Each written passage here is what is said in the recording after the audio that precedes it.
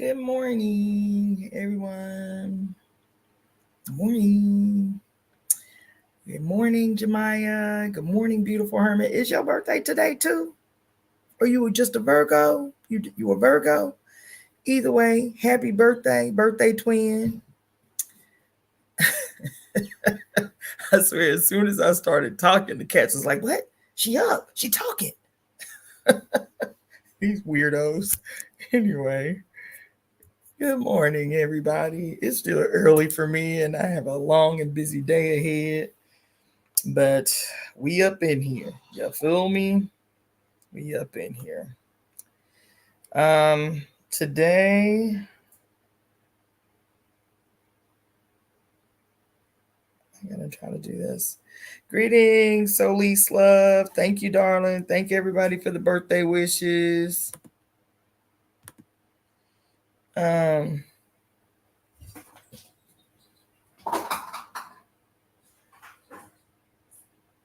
these weirdos. Oh, I'm about to have to put these bitches outside already.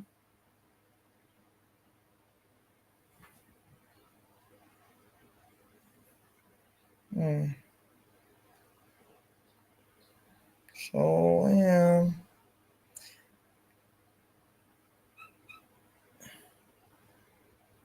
Yeah.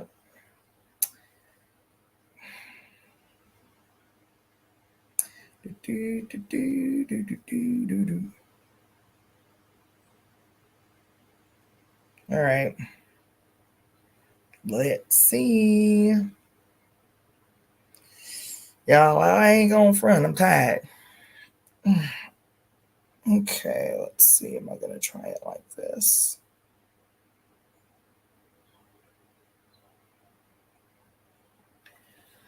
Oh,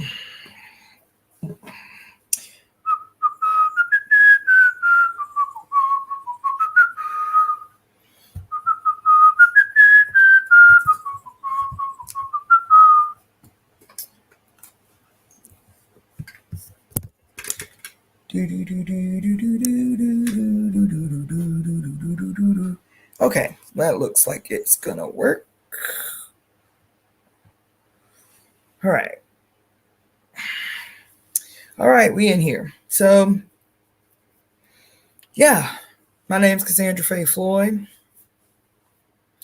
also known as the Daughter of the Fates, founder of the Temple of Evolutionary Emergence. Yes, and so let's me see.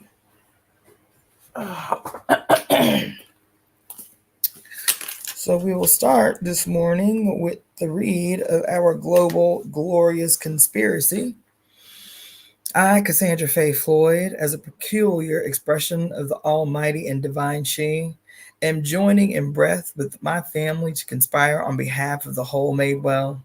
We are breathing these words together to ensure that our home, her body, is restored to her original perfect glory, a glory that is perfect in peace, love, bliss, happiness, and ecstasy. This world exists because we collectively will it so. We are the representatives of the Mother's reign on earth. This beautiful conspiracy is spoken as one cosmic earthly orchestra to guarantee heaven on earth. With the power of our mothers, we welcome this glorious future into the now. It is, as we say, Mommy and I are one. So, good morning. And today is a busy day, so I want to be real disciplined about my trajectory. And I told y'all last night in my story about what happened on Wednesday. If you didn't tune in live, then you have to go back and find out what happened on Wednesday. But I was at this place on Wednesday. Oh, excuse me, doing some research for this weekend, and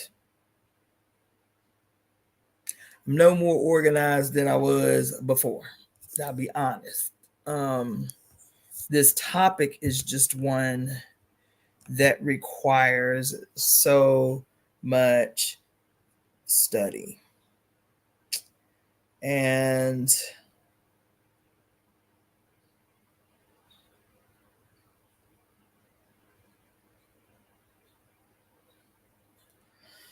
yeah, so yesterday was Friday the 13th, and I have a bunch of scriptures that we're going to kind of plow through a little bit.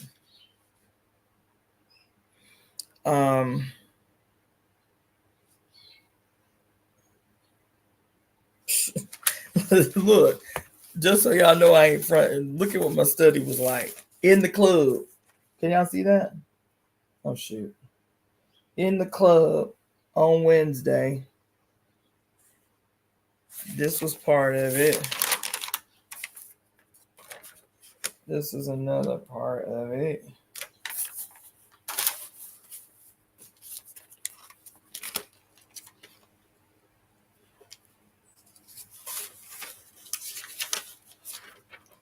And then this is part of it. And this is all one night. And this and that, and then the scriptures. That's all one night. So when I tell you it wasn't no joke, I was up in there, and but I do want to share something with you. Look, you know what? Let me go ahead and pull that up. I saw an article this morning that I said I was going to share with y'all this morning because I was like, boy, I told y'all. I'm always telling y'all, but today I was like, I told y'all, here we go. And as we inch closer to the month of October, and I told y'all that October during an election cycle always brings, oh, that's cute. Google has like little birthday balloons flashing across my shit. That's cute. That's cute. You know, like I told y'all, every October during an election year, these clowns pull the okey doke known as the infamous October surprise, right? And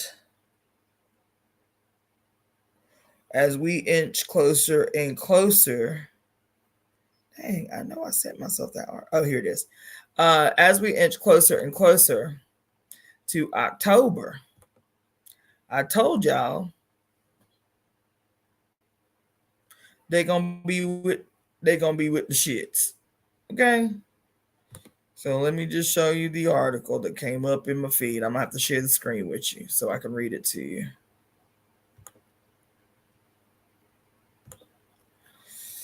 Okay. Thank you everybody for the birthday wishes. Chloe Dior, Marie Carly, Aaron Pfeiffer. Thank you all. Thank you all. Okay, let's share screen. Present. Share screen.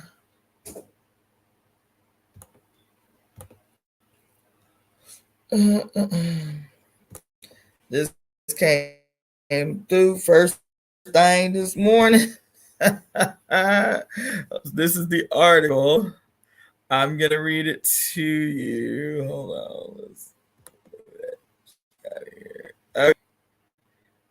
Oh, I didn't even see that there was a video. I just read the article. Let's see what this dude got to say.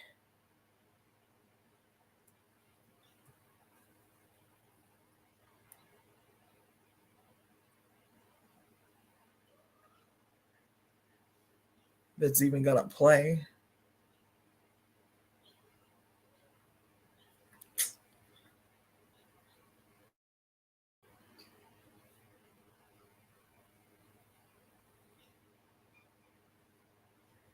Ew.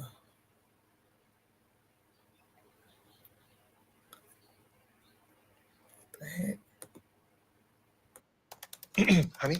But the gains are pumping. Yeah, the market's closed. Futures don't sleep in the after hours, bro. Oh. Dad, is Mommy a finance bro? She switched careers to make money for your weddings. Ooh, penny stocks are blowing up. Sweetie, grab your piggy bank. We're going all in. Let me Yes, ask we're gonna you, have to for see your him wedding, like do you want a gazebo in a freaking river? commercial. I don't. What's a gazebo? Something that your mother always wanted and never got.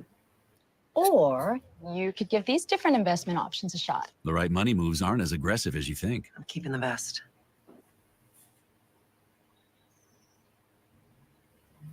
Those of you who are tuning in on IG,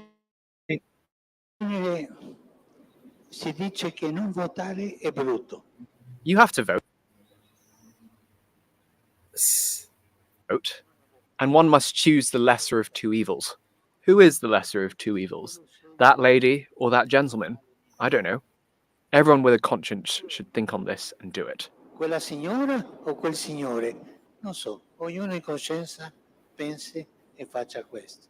Ambedue sono contro la vita. Both of them are against life. The one who throws out migrants and the one who kills children.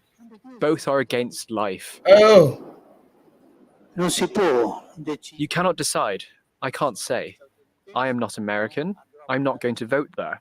But let it be clear, sending away migrants, not allowing them to work, not sheltering them, is a sin. It's serious. oh, Questo la Chiesa non è chiusa perché The church doesn't allow abortion, not because it's closed-minded, but because to have an abortion means to kill.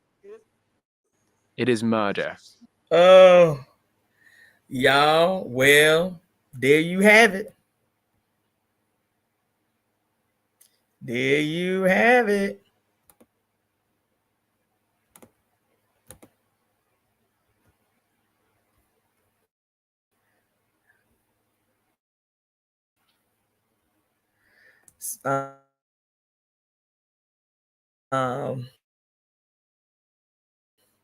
Says Pope Francis presidential election as one between the lesser of two evils, deeming former President Donald Trump's anti-migrant policies and Vice President Kamala Harris's support of abortion rights as both being against life.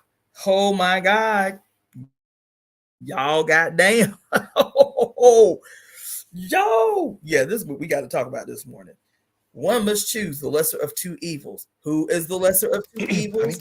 The gains are pumping. Yeah, the market's closed. Futures don't sleep in the after.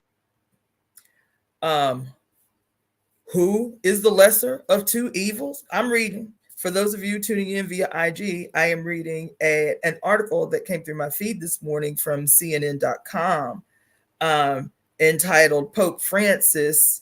What is it called? Pope Francis criticizes Trump and Harris and says that voters must choose between the lesser of two evils. Check it out. I'm going to read the article, okay? And he says, one must lady or that gentleman. I don't know. Francis says during a press conference on the Papal Plain, referring to Harris and Trump. Everyone with a conscience should think on this and do it. Francis has been more vocal about politics than his predecessors and has moved to make the Catholic Church more open. While he has consistently and strongly defended the Catholic Church's teaching that abortion is the deliberate destruction of a human life, Francis has also insisted, including immigration. Wherever you want there. To send away a child from the womb of a mother is an assassination because there is life. We must speak about these things clearly, he said. Francis has previously weighed in on political issues, signaling more progressive stances by allowing priests to forgive abortions, authorizing blessings for same-sex couples. He has challenged is the preeminent issue. In 2016,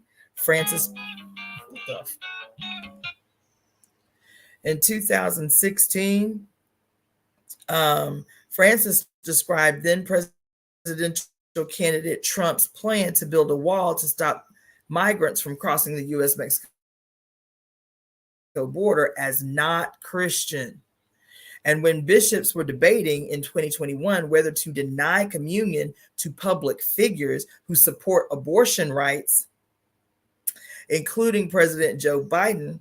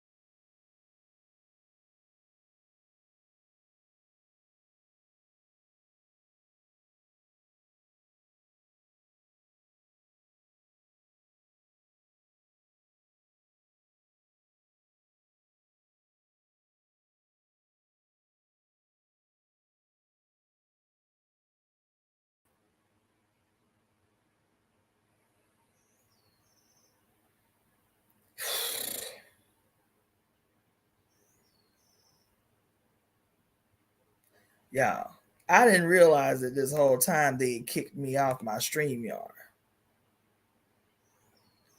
Man, ain't that some bullshit? These motherfuckers. That is some straight. What was the last thing y'all heard? These trifling. And I'm paying $88 fucking a month for this bullshit. What was the last thing y'all heard? If y'all heard anything. Somebody tell me what was the last thing you heard, if y'all can even still hear me.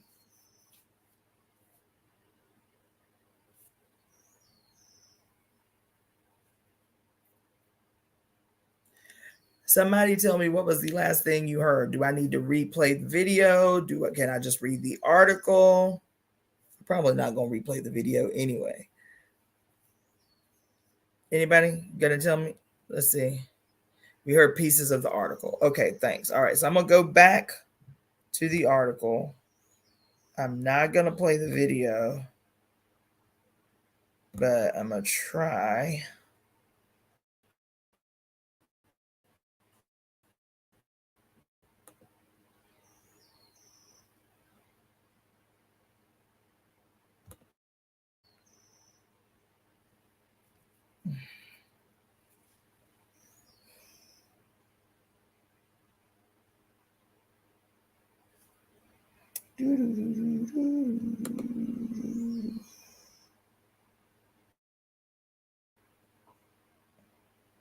Okay.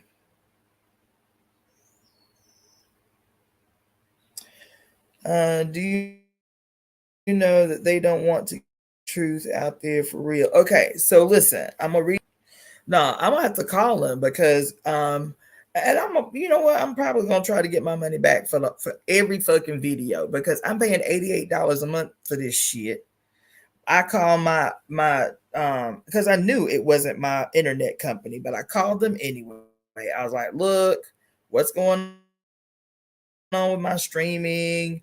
You know, every time I get on StreamYard, the shit is splotchy, chunks of my video is missing, whatever. They were like, is that what's happening with your streaming? Because I also stream, you know, with a what you call it, the Fire Stick. You know, I stream a lot through my Fire Stick. You feel me? And they were like, if you're not getting like drags and slows in anything else, then it's the website. It's not this, and we're not showing anything wrong in the air, whatever. So all this time, I can go back over literally a couple hundred videos since I got StreamYard and find these long drags and shit in my shit. You feel me? Yeah, that's I'm gonna have to sue these bitches or something. I'm gonna have to just be straight up like, look, I'm paying $88 a month for this bullshit, and I can't even get a clear one single video that is a clear, uninterrupted feed. And I'm not even streaming through all. They say with the $88, I can stream I can live stream to up to 10 outlets. I only use 3. So what's the problem?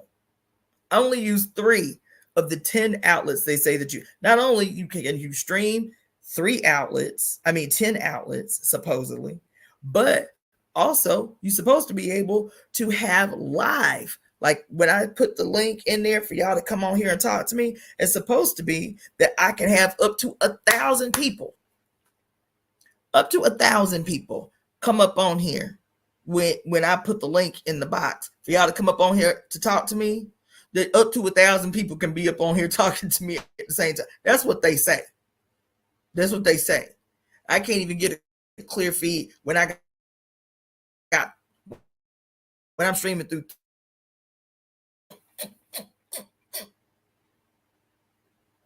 Look at this. See what I'm talking about?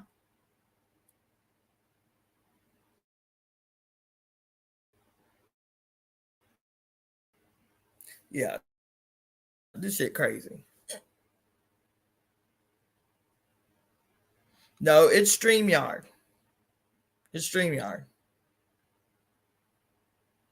No, because I'm not through StreamYard. So whatever YouTube is going to do, I wouldn't see it anyway until after the fact. This has happened.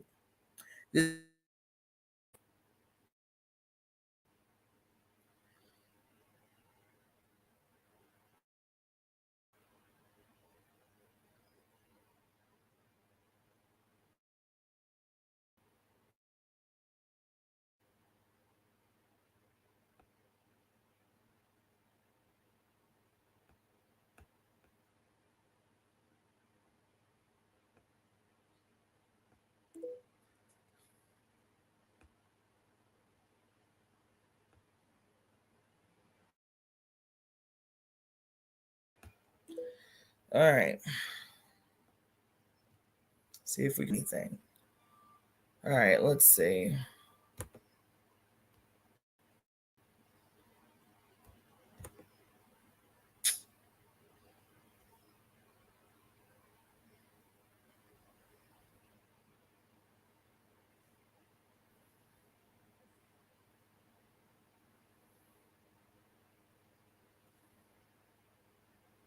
All right. Okay, I'm going to try. I can see myself cutting out. Now, I'm going to try one more time to read this article. Let's see.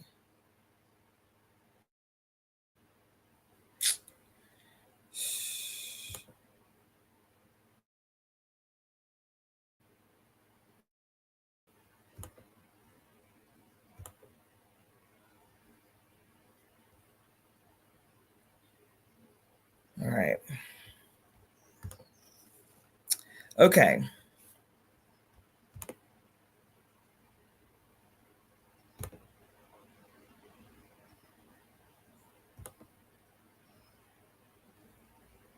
Let me see if I can do it this way.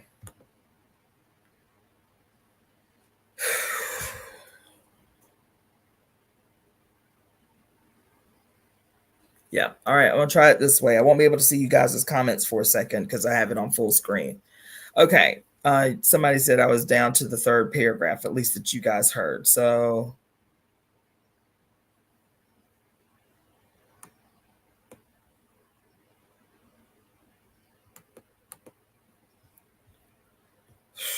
man, it's corny as fuck.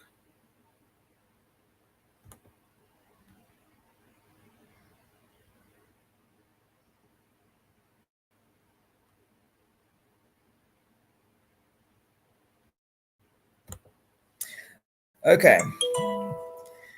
To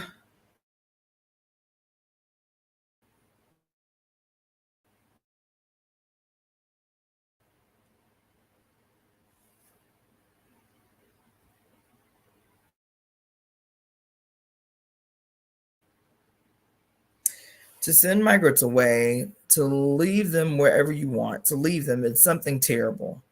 There is evil there. To send away a child from the womb of a mother is an assassination because there is life. We must speak about these things clearly, he said. France has previously weighed in on political issues, signaling more progressive stances by allowing priests to forgive abortions, authorizing blessings for same-sex couples, and repeatedly warning about climate change. He has challenged Catholic bishops in the U.S. who have insisted that abortion is the preeminent issue, arguing that the plight of migrants is also about the defense of life. In 2016, Francis described then presidential candidate Trump's plan to build a wall to stop migrants from crossing the US-Mexico border as not Christian. And when the bishops were debating in 2021 whether to deny communion to public figures who support abortion rights, including President Joe Biden, Francis urged them to make their decisions from a pastoral viewpoint and not a political one. The Pope has said he has never denied communion to anyone.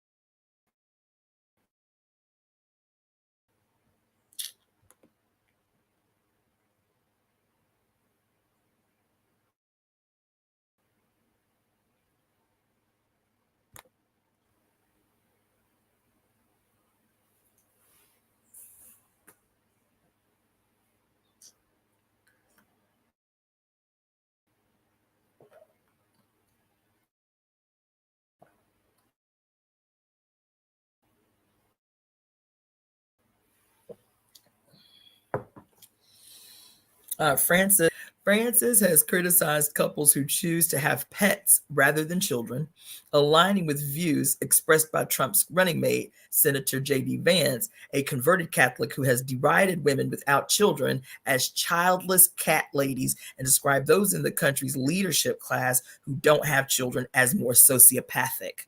U.S. Catholics also have a range of views, according to Pew Research, 52% of Catholic registered voters describe themselves as being or leaning Republican, while 44% say they are or lean Democrat.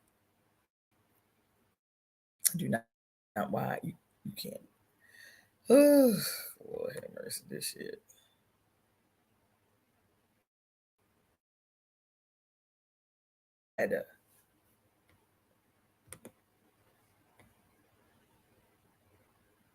And then it says Catholic voters were split in 2020, with 50% voting for Biden and 49% voting for Trump, according to Pew. But a majority of Catholics, 61%, believe abortion should be legal in all or most cases.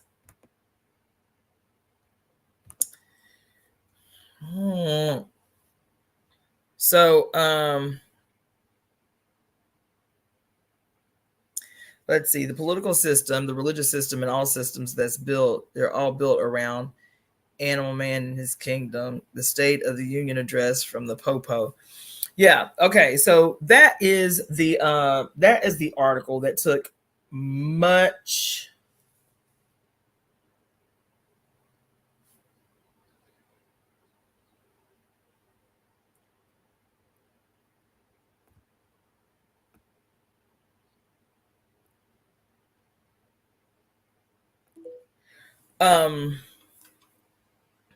From the Pope.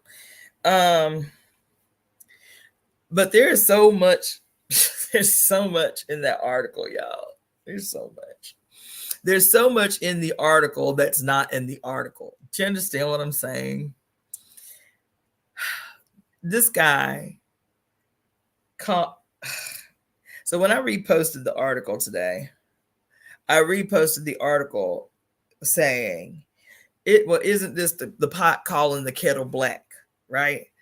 That the figurehead of the most diabolical institution on earth weighing in on American politics, right? And challenging you as voters, you must vote.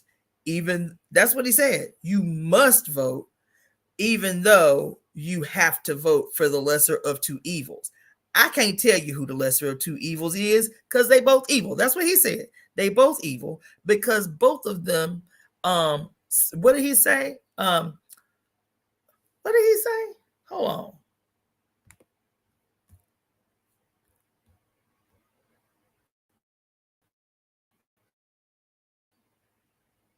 Both of them are against life. That's what he said. That's what he said. He said both of them are against life. The female because, quote, she supports abortion, and the male because he supports harsh immigration laws, anti-immigration laws, right? That is the indicator for both of them that they are against life. Not only that they are against life, but you, U.S. voters, are responsible for choosing one of the two who are, quote, against life. You got to choose one. That's what he said. You got to choose one. You feel me? Not only did he say you got to choose one, even though they are both, quote, against life. The only indications in his mind and in his estimation that they are against life is that one supports abortion and that one supports harsh laws against migrants. That's it. That's all he got to say. That's all he got to say. These are the two indications that the two of them are, quote, against life. He have nothing to say. No, quote, weigh in on the scores of thousands of people murdered in broad daylight in an ongoing, unebbing genocide against the Palestinian people, against the indigenous landholders of Palestine. He ain't have nothing to say about that as evidence that either of them are, quote, against life. He ain't have shit to say about that. He ain't have nothing to say about the role that both Israel and the United States are currently and have been for quite some time playing in what is unfolding in the Democratic Republic of Congo. Yes, I said what I said. Both Israel and the United States are playing a defining role in what is unfolding in the Democratic Republic of Congo, where they're saying more than 7 million people are displaced. He ain't have shit to say about that. About these scores of thousands of people dying every month in the DRC as a consequence of what is happening at the behest of U.S. corporations and Israeli corporations in DRC. He ain't have shit to say about that. He have as the evidence of the loss of life and somebody, quote, being against life. He ain't have nothing to say about that. Nothing to say about that. He ain't have nothing to say. He who, what they say in the years, he has been much more outspoken about climate change than any other of the popes. Okay, Mr. I'm concerned about climate change. He ain't have shit to say about the impact of these corporations on the lives of Africans and the role that is playing in climate change. He ain't have shit to say about that. Nothing to say about that. I didn't say Congo. I said in Africa, because I just saw a documentary yesterday that was shocking about the amount of textile waste dumped off the coast of Accra, Ghana. Millions of tons of textile waste weekly dumped on these shores and in the waters of Accra. Weekly, millions of tons. And the impact that is having on climate change. Yeah, I have shit to say about that. You understand? As the evidence of these figureheads of the United States being, quote, against life. He have nothing to say about the role that the United States has perpetually played in the extraordinary loss of life of black-skinned people on the continent of Africa for the last 100 fucking years. As the evidence of these, quote, evils in determining which is the lesser of the two. He have nothing to say about that. Nope, nothing to say about that. There is a documentary called Apocalypse Africa. I own it on DVD. I bought it about 20 years ago. It is not for the faint of heart. It's called Apocalypse Africa. It is a documentary attempting to tally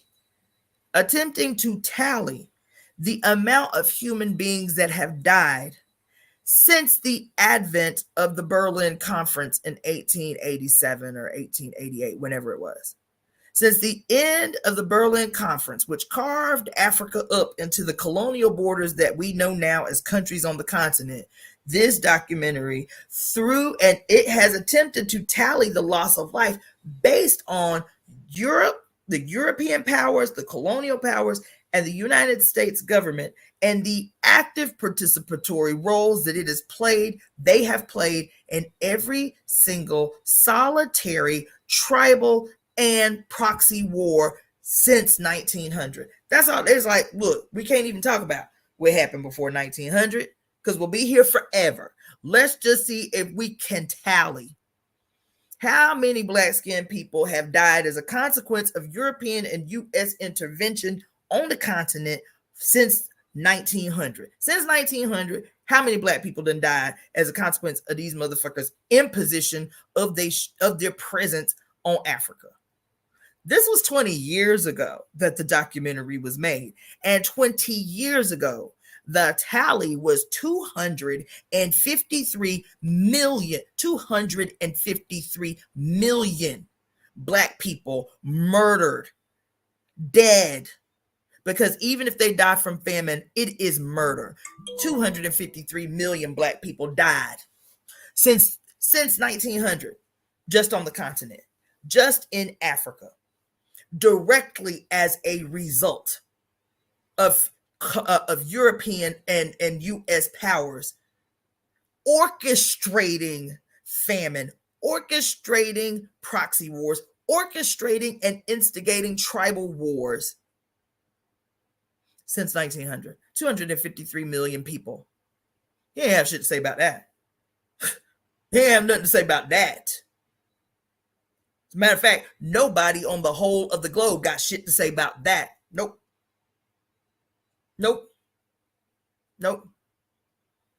Ain't nobody got nothing to say about that.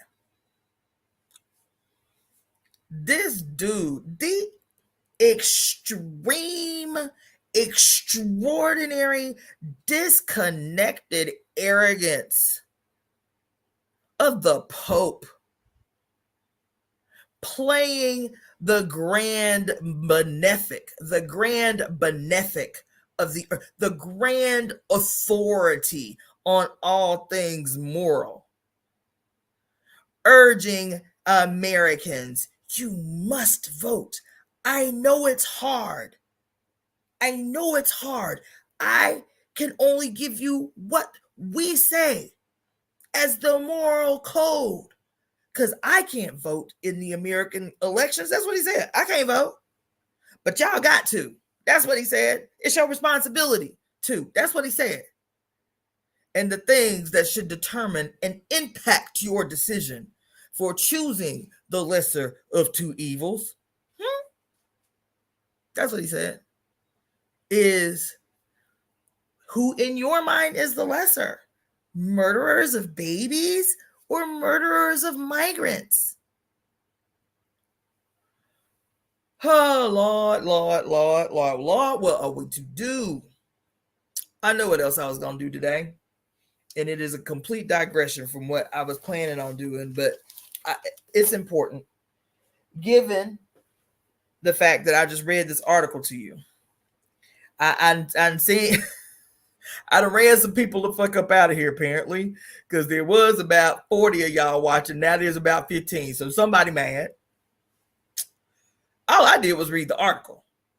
All I did was read y'all dropping off like flies. So now I got 11 people watching. Y'all mad. Don't be mad. That's weird. If this is about the president, she is against life in ways that does not include abortion. Exactly. And Chloe Dier said, why we got to choose? How is sending them back to their country murder? That's what he said. He said that that turning away migrants is murder. That's what he said. You feel me? I don't know what the workings in his mind was. All I can do is tell you what he said. You feel me? And then, what was I going to say? So let me see if I can pull it up really quick with this bullshitting ass bullshit. Let's see. So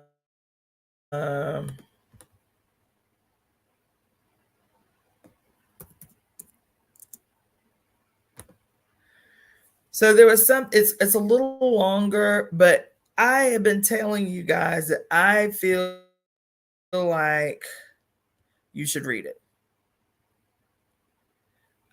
Let's see why we got to choose to keep. Thank you for the donation that you made this morning, Janet Kennedy. I appreciate you. That was very, very sweet. Not even the donation. Thank you for the gift this morning. Thank you for the gift this morning. Let's see. So let's see if I can do this one more time. So I was telling you guys last week that I wanted to,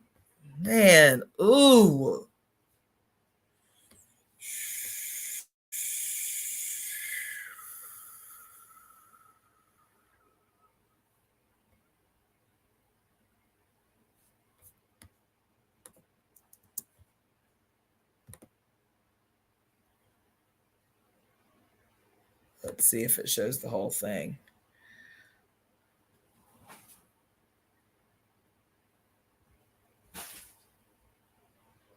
Okay, yeah. All right.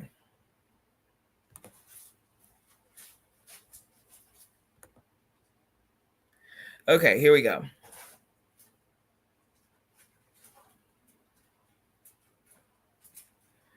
All right, so I'm gonna try to read. I do not know why this thing will not let you scroll. It's so annoying. You should be able to scroll. Exit full screen, settings, stop cam. Okay, so y'all are just gonna have to do it that way. Okay. So this that I'm reading to you, as a matter of fact, you know what? Let me go back on my IG. Because I feel like, hey, cut it out.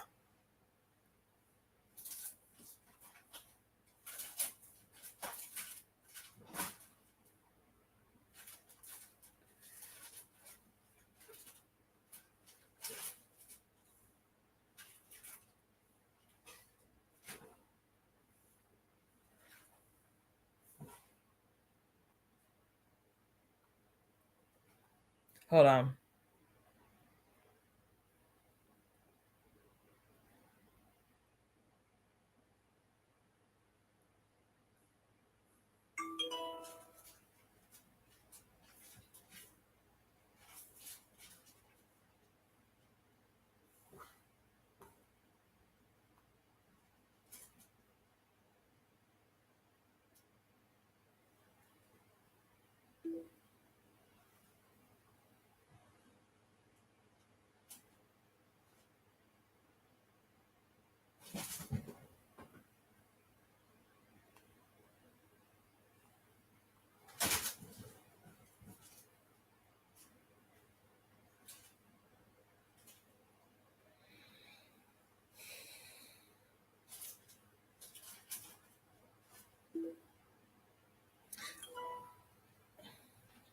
Ugh. Hold on one second. Damn it.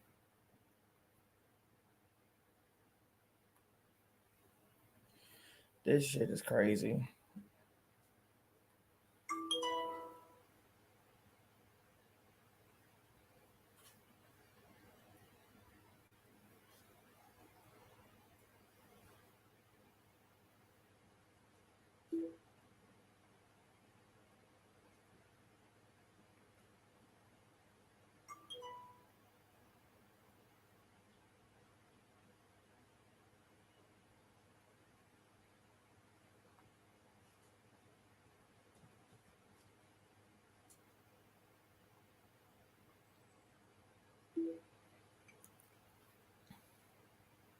Okay, let's see here. Damn, man. Oh Lord. Okay, let me just say. So I went on my IG. I went on my IG to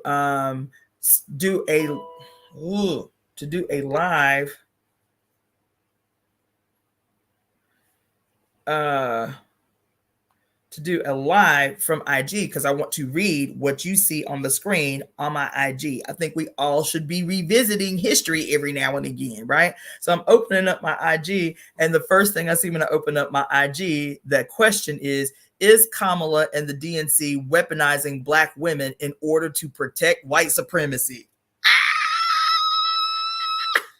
Oh, God damn. Oh, well, okay. Uh-oh. Oh Lord. Well, is that an unfounded question? I'm talking about for us. Is that an unfounded question?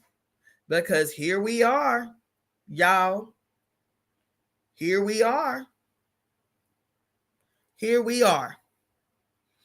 For the last how many years? Let's see.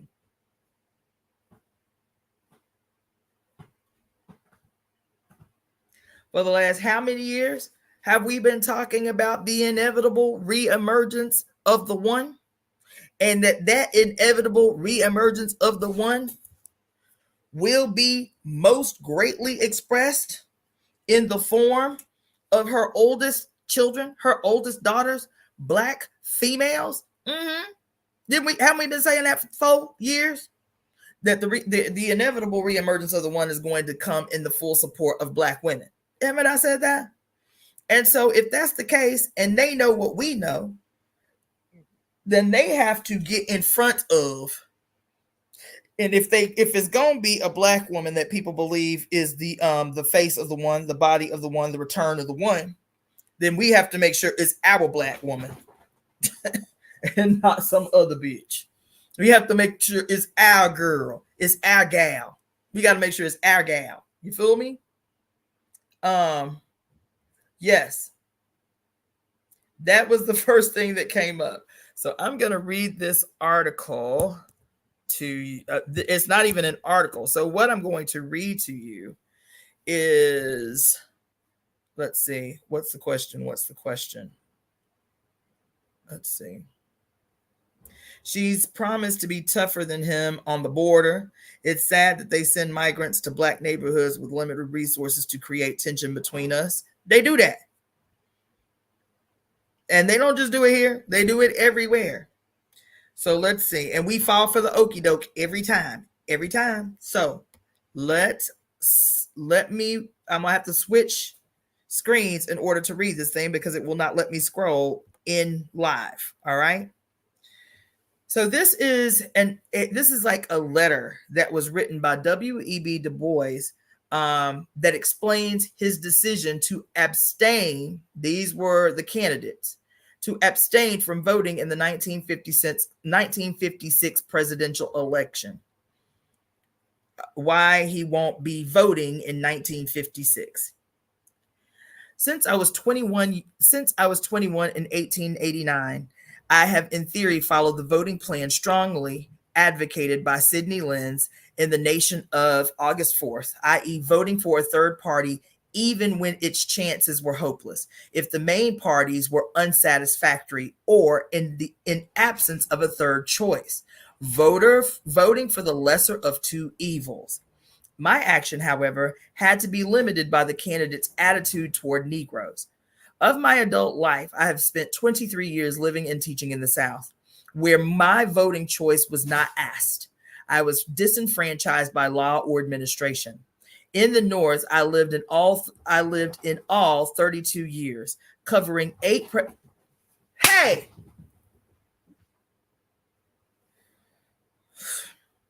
Let's see. In the North, I lived in all 32 years, covering 8 presidential elections.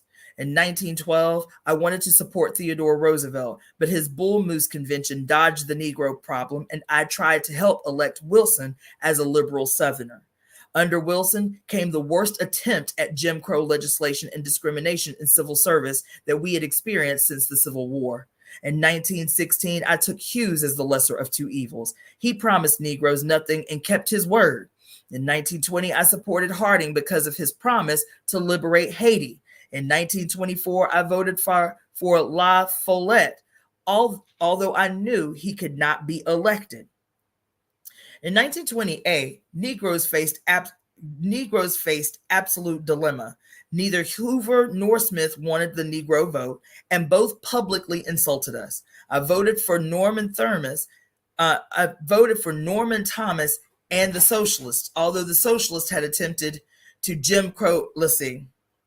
I voted for Norman Thomas and the Socialists, although the Socialists had attempted to Jim Crow Negro members in the South. In 1932, I voted for Franklin Roosevelt, since Hoover was unthinkable and Roosevelt's attitude towards workers was most realistic. I was again in the South from 1934 until 1944. Technically, I could vote. Hold on, let me close this door.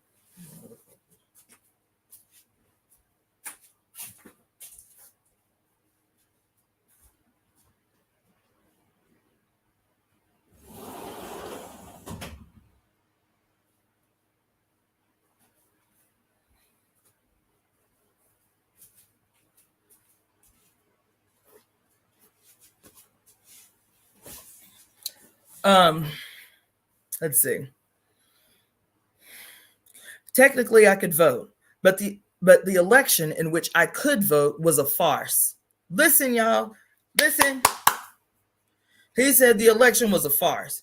The real election was the white primary. Retired for age in 1944, I returned to the North and found a party to my liking. In 1948, I voted the progressive ticket with Henry Wallace, and in 1952 for Vincent Hallinan. In 1956, I shall not go to the polls. I have not registered. I believe that democracy has so far disappeared in the United States that no two evils exist. There is but one evil. There is but one evil party with two names. Let me read that again. He said in 1956, after voting, how many times he said he voted?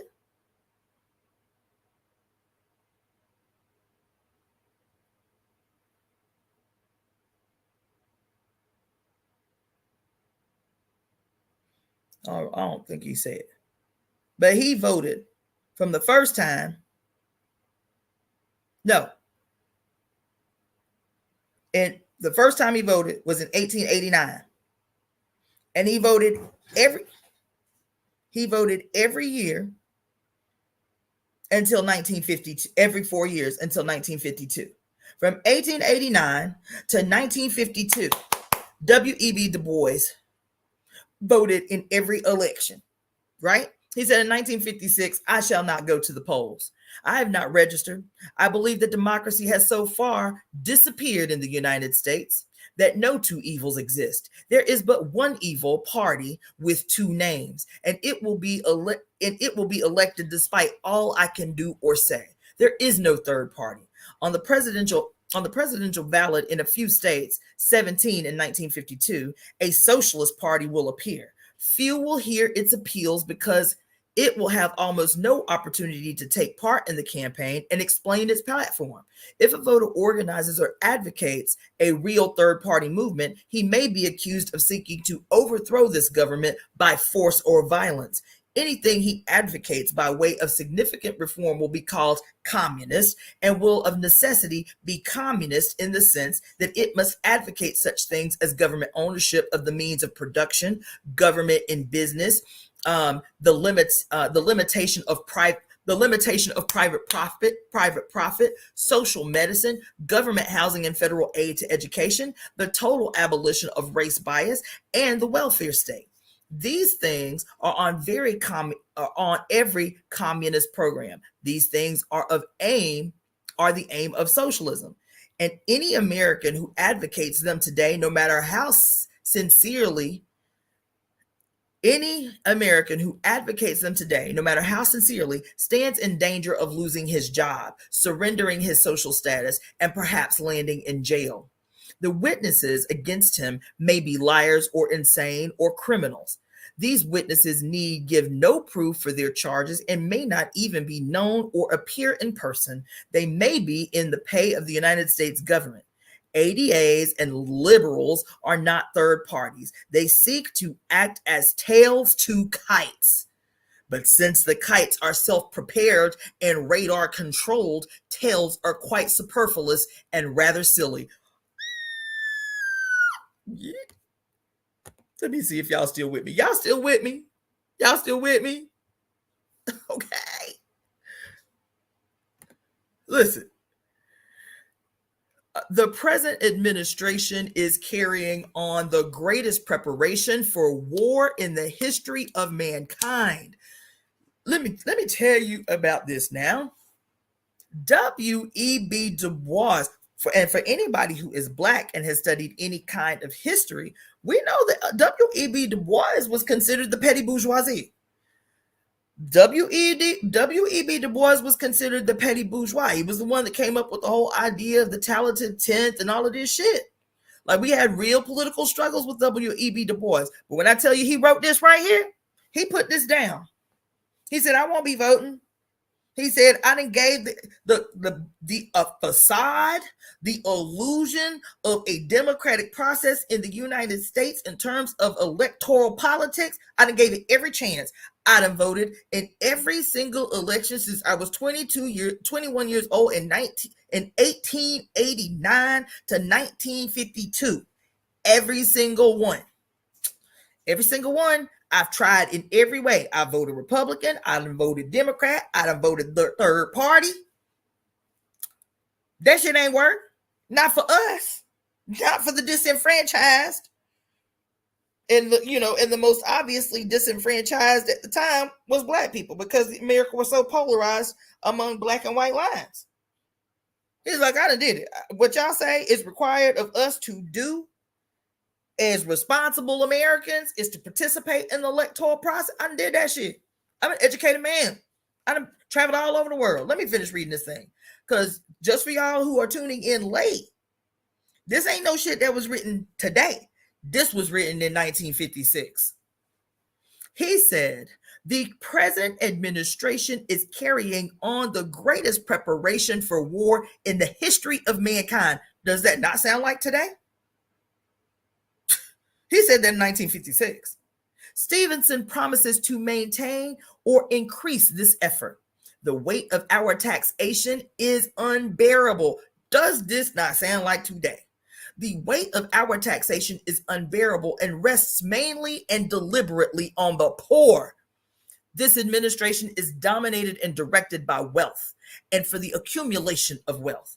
It runs smoothly like a well-organized industry and should do so because industry runs it for the benefit of industry. Corporate wealth profits as never before in history. Corporate wealth profits as never before in history. We turn over the national resources to private profit and have few funds left for education, health, and housing. Our crime, especially juvenile crime, is increasing. Its increase is perfectly logical. For a generation, we have been teaching our youth to kill, destroy, steal, and rape in war. What can we expect in peace? We let men take wealth, which is not theirs to take. If the seizure is legal, we call it high profits, and the profiteers help to decide what is legal. If the theft is illegal, the thief can fight it out in court with excellent chances to win if he receives the accolade of the right newspapers. Gambling in home, church, and on the stock market is increasing, and all prices are rising. It costs 3 times his salary to select a senator and many millions to elect a president. To elect a senator and many millions to elect a president. This money comes from the very corporations which today are the government. This, in a real democracy, would be enough to turn the party responsible out of power. Yet, this we cannot do. The other party has surrendered all party differences in foreign affairs, and foreign affairs are our most important affairs today and take most of our taxes. Even in domestic affairs, how does Stevenson differ from Eisenhower? He uses better English. He uses better English than Dulles, thank God. He has a sly humor where Eisenhower has none. Beyond this, Stevenson stands on the race question in the South, not far from where his godfather, Adlai, stood 63 years ago, which reconciles him to the South. He has no clear policy on war or preparation for war, on water and flood control, on the reduction of taxation, or on the welfare state. He wavers on civil rights, and his party blocked civil rights in the Senate until Douglas of Illinois admitted that the Democratic Senate would and could not stop even the right of senators to vote. Douglas had a right to complain. 3 million voters sent him to Senate to speak for them. His voice was drowned, and his vote nullified by Eastland, the chairman of the Senate Judiciary Committee, who was elected by 151,000 voters, as opposed to 3 million. This is the democracy of the United States, which we peddle abroad. Woo! Negroes hoped to muster 400,000 votes in 1956. Where will we cast them? What have the Republicans done to enforce the education decision of the Supreme Court? What they advertised as fair employment was exactly nothing, and Nixon was just the man to explain it. What has the administration done to rescue Negro workers, the most impoverished group in the nation, half of whom receive less than half the median wage of the nation, while the nation sends billions abroad to protect oil investments and help employ slave labor in the Union of South Africa and Rhodesia? Very well. Very well. And will the party of Talmadge, Eastland, and Ellender do better than the Republicans if the Negroes return them to office? I have no advice for others in this election. Are you voting Democratic? Well and good. All I ask is why? What? He said, I have no advice for others in this election. Are you voting Democratic? Well and good. All I ask is why. Are you voting for Eisenhower and his smooth team of bright ghostwriters? Again, why? Will your helpless vote either way support or restore democracy in America? Is the refusal to vote in this phony election a counsel of despair? No, it is dodged hope.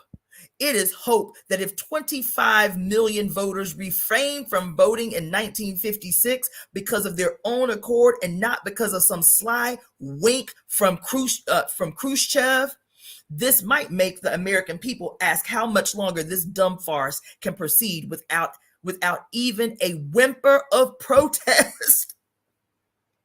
Yet if we protest, off the nation goes to Russia and China. 55 American ministers and philanthropists are asking the Soviet Union to face manfully the doubts and promptings of their conscience. Cannot these do-gooders face their own consciences? Can they not see that American culture is rotting away? Our honesty, our human sympathy, our literature save what we import from abroad? Our only review of literature has wisely dropped literature from its name. Our manners are gone, and the one thing we want to be, the one thing we want is to be rich, to show off. Success is measured by income. University education is for income, not culture, and is partially supported by private industry. We are not training poets or musicians, but atomic engineers. Business is built on successful lying. Business is built on successful lying called advertising. We want money in vast amount, no matter how we get it. So we have it, and what then? Answer the question of the election of 1956. Is the answer the election of 1956? We can make a sick man president and set him to a job which would strain a man in robust health. Y'all, what did he just say? We can make a sick man president and set him to a job which would strain a man in robust health. Is that not what we have been facing to this day? So he dies, and what do we get to lead us? With Stevenson and Nixon, with Eisenhower and Eastland, we remain in the same mess. I will be no party to it. Let's see, I will be no party to it. And that will make little difference. He said, I will not participate. I won't be a party to this bullshit. And it don't matter because my vote don't make a difference. That's what he said. I will be no party to it, and that will make little difference. You will take large part and bravely march to the polls, and that also will make no difference. Stop running.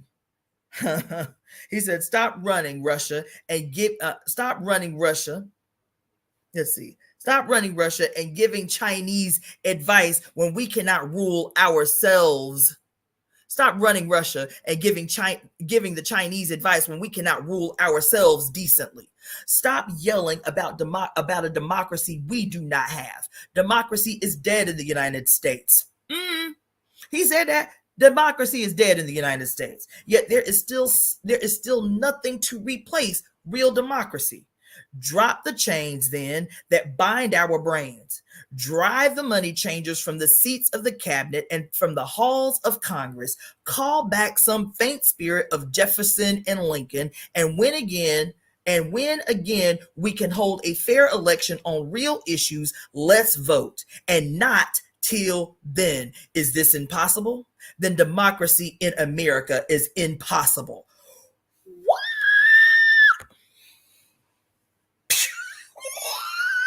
Y'all, he said that. He said that. I haven't read this in so long. I forgot. He said that. For those of you who tuned in late, I just read a letter, a position statement written by W.E.B. Du Bois in 1956 about why he would refuse to vote in the 1956 election after having voted every election since 1889 when he turned 21. Yeah.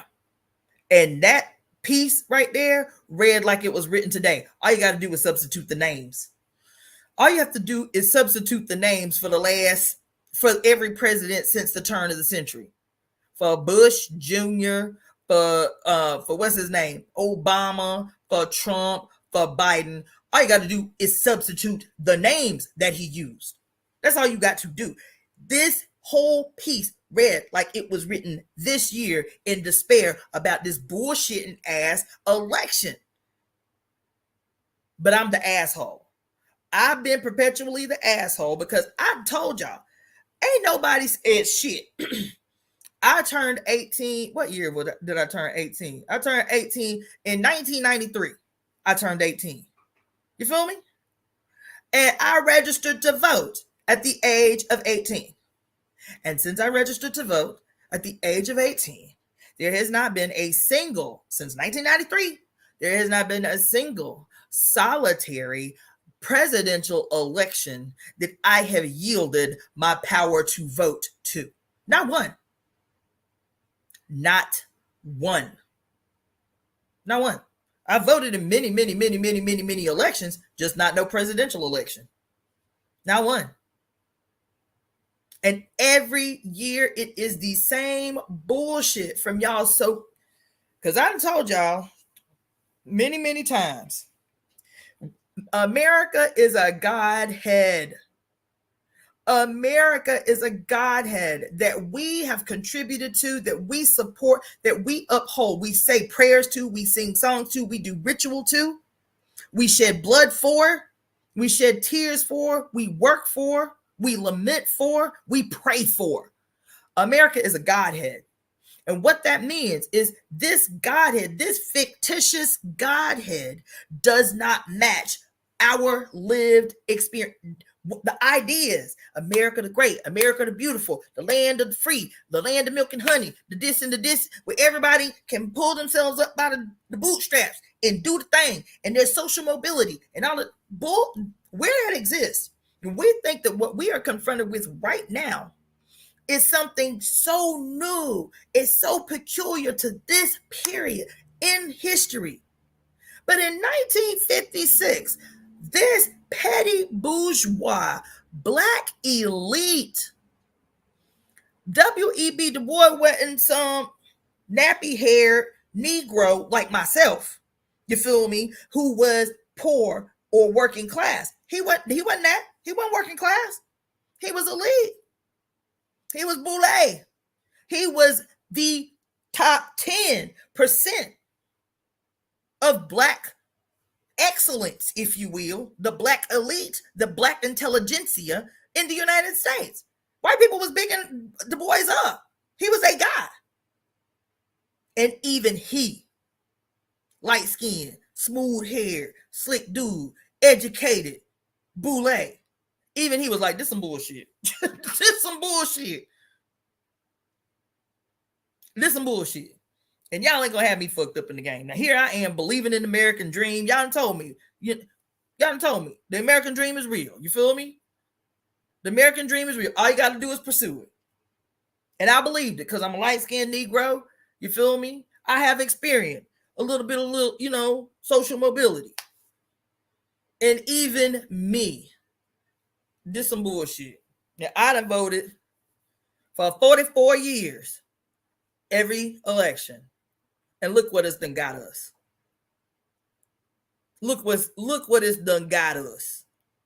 So I ain't voting this year. Ain't nobody to vote for. What did he say? There ain't but one party with two names. That's what he said. Lesser of two evils, my ass. What? No, there ain't. There ain't but one party with two names. Listen, he went off on this shit. We're going to have to study this joint. And it's interesting. It's not separate from the article that I read on the introduction about the Pope and the audacity. I was mad about that article this morning with the Pope. First of all, bitch, you in Italy. Why aren't you worried about Italy? Because Italy, the people in Italy are suffering. They poor. Their population is dying quicker than they can reproduce humans because people like, we ain't having no babies. We can't afford to have no babies in Italy. This shit crazy. We can't afford. They talking about how a third of young people. I tell y'all, I stay in these wormholes. I'm trying to figure out how to change the world. So I got to know about the world in order to change the world. I'm sitting there watching these damn documentaries because I want to go to Italy. I've been telling y'all that for 4 years. I want to go to Rome. You feel me? I want to take into my body, into my flesh, the genius of the Sibyls buried under the ground in Italy and shit. So I want to go to Rome. And so I was like, you know what? Let me watch a few videos on what it's like to be in Italy, where I need to go in Italy. I end up on a damn documentary about how they're saying Italy is on the brink of utter destruction if they do not address and solve their fucking birth rate crisis. That's what the documentary was saying. That a third of children, a third of young people, as soon as they are old enough, leave Italy. They say, well, there ain't no future here for us. There ain't no jobs. There ain't no future. There's nothing creative or artistic. It's we waiting to, if we stay here, we waiting to die. That's all we doing. A third of young people. A third of young people, as soon as they turn 18, they like deuces. We the fuck out of here. We out of here. And so the aging population is struck, and they got an old. Let me tell. I don't want to go off on a diatribe, but this documentary about Italy blew my mind. When young people work in Italy, you know how we have like social security tax, right? Social security tax. Let me X out of this. You know how we have social security tax on our paycheck, right? And that social security tax is supposed to ideally take care of us when we get old, right? But everybody pay, and the setup is that colored people, black, brown, red, and yellow, we all pay this goddamn social security tax, but coincidentally, conveniently, we rarely live long enough to benefit from this tax that we done paid into. So the burden of caring for the aging population is on us. They benefit, especially because white people's life expectancy is the longest life expectancy in this goddamn country. Is that a coincidence? They create the environment to extend their life expectancy at the expense of others. That ain't no coincidence. That's not some inherent flaw of coloredness. That somehow there's just some inherent flaw in being colored that shortens your goddamn life expectancy. No. And so, because their life expectancy is the highest life expectancy in this country, and we all pay Social Security, pay into the Social Security tax, but our life expectancy is shortened, we do not get to go into the pot of Social Security at the level that they do. In Italy, baby, the burden for the economic care of the aging population rests squarely. It ain't even hidden. Like it's hidden under Social Security tax for us. Oh, you just paying into your own future Social Security, which is some bullshit. You feel me? Here is hidden. There it's stated that the burden of the care for the aging population in Italy rests on the youth, on young workers.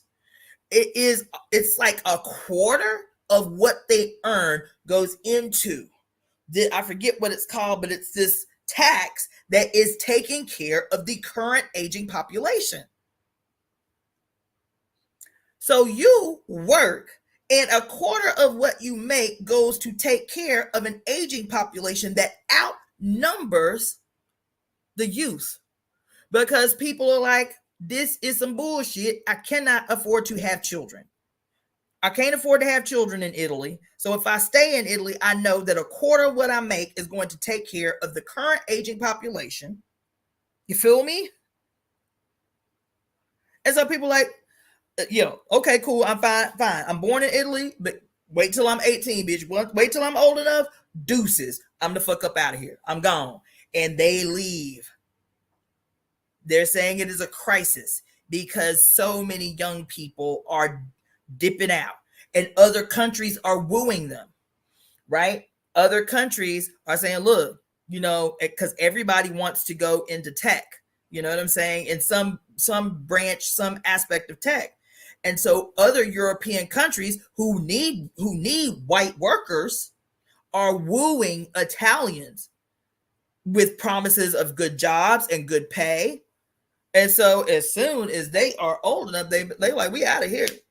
So here, the Pope gonna come up on CNN and make a proclamation about the responsibility of 400 plus million Americans to choose the lesser of two evils, bitch, handle what you got going on up in your shit. How about that? How about your little ass country and you can't even keep the few young people up in your shit to ensure that there is an Italy that remains on the map in the next 50 years? They're saying Italy might not be even be. I'm telling y'all, that's what this document, Italy may not even be a country on the map in 50 years. They're saying that Italy's debt to the EU is damn near incalculable. I'm telling you. The EU is like, we tired of footing the bill for Italy. We tired of giving breaks all the time trying to help Italy coast. The EU is like, especially Germany. Germany like, come on now, Italy, like, what the fuck? You ain't even contributing to the pot. This shit had me in a way. So, boo, Pope Francis. Mind your shit. Mind what you got going on the fuck over there that's falling the fuck apart. Mind what you got going on over there. Let us, we don't need your input. The fuck who you are. This white male in white robes, aged. They got to be ancient, just like the figureheads of this bitch. What did W.E.B. Du Bois say up in this joint? He said they deliberately choose old, decrepit, sickly men and to put them in positions of leadership in this job that would best a robust man of good health. Why they do that? Because they have to maintain this illusion of the Father God figure that leads the many. So they always old ass white men put in positions of figureheads, right? So when you got a Negro like Obama or a Negro potentially like Kamala that is threatening to be the figurehead, and they put them in the positions to threaten to be the figureheads of these institutions. What did Nkrumah call it? He called it the last stage of imperialism, neo-colonialism. What did he call it? White power and blackface. White power and blackface. That's what he called it. You understand? It still serves white power. That's why the brother can ask the question. Are black women being used? What did he say? What was the question? Are black women being used to protect the interest of white supremacy? Because everybody for the last 14 years, 15 years, been talking about white women, black women. What happened in Alabama? It was black women that determined the outcome of that vote. They talking about black women's power, black women's conviction, and all of this shit, and how black women, not black men, black women were the ones that changed the outcome of that Alabama vote. Progressive black women saying, no, this shit ain't gonna happen on our watch. And they recognize that black women are becoming louder and more audacious and more educated. This is problematic for a church that wants women in general and black women in particular to remain stupid, to remain clueless, to remain uneducated, malleable subjects that they can just use our brunt power, our physical labor to exploit while we clueless. And black women ain't clueless no more. But this bullshit with Kamala Harris has got us fucked up in the game. It's got us fucked up in the game. This is a legitimate question that brother asked. What does this mean? What does this mean for our image as black women? For Kamala Harris to be put forward as a black woman with the potential to become the United States president. What does this mean as black women? How the world sees black women, our integrity. Because nobody for the longest has questioned our integrity. Black women gonna show up. If you got a black woman in your demonstration, that shit about to pop. If you got a black woman in your organization, that shit about to pop. We ain't gonna benefit from it, but black women come up with the energy, come in with the energy, come in with the plan, come in with the enthusiasm, come in with the go get it, even though we ain't gonna benefit. We believe in the idea. What did Mary Daly say in Beyond God the Father last night? We stay exploited in these political organizations because we get caught up on on every other mission other than prioritizing our own as women. We don't prioritize our mission, but we'll fight to save the whales. You know what I'm saying? We'll fight to save the ozone layer. We'll fight for some socialism or some communism. We'll fight for, some black nationalism or some indigenous nationalism. We'll fight for everything but us. We'll fight for enthusiastically, wholeheartedly, for free, for everything but us. She just said that last night. Here, he's saying, listen, fuck what you heard. This ain't some nobody. This ain't some unintelligent, uneducated, working class somebody who don't know nothing about the electoral process.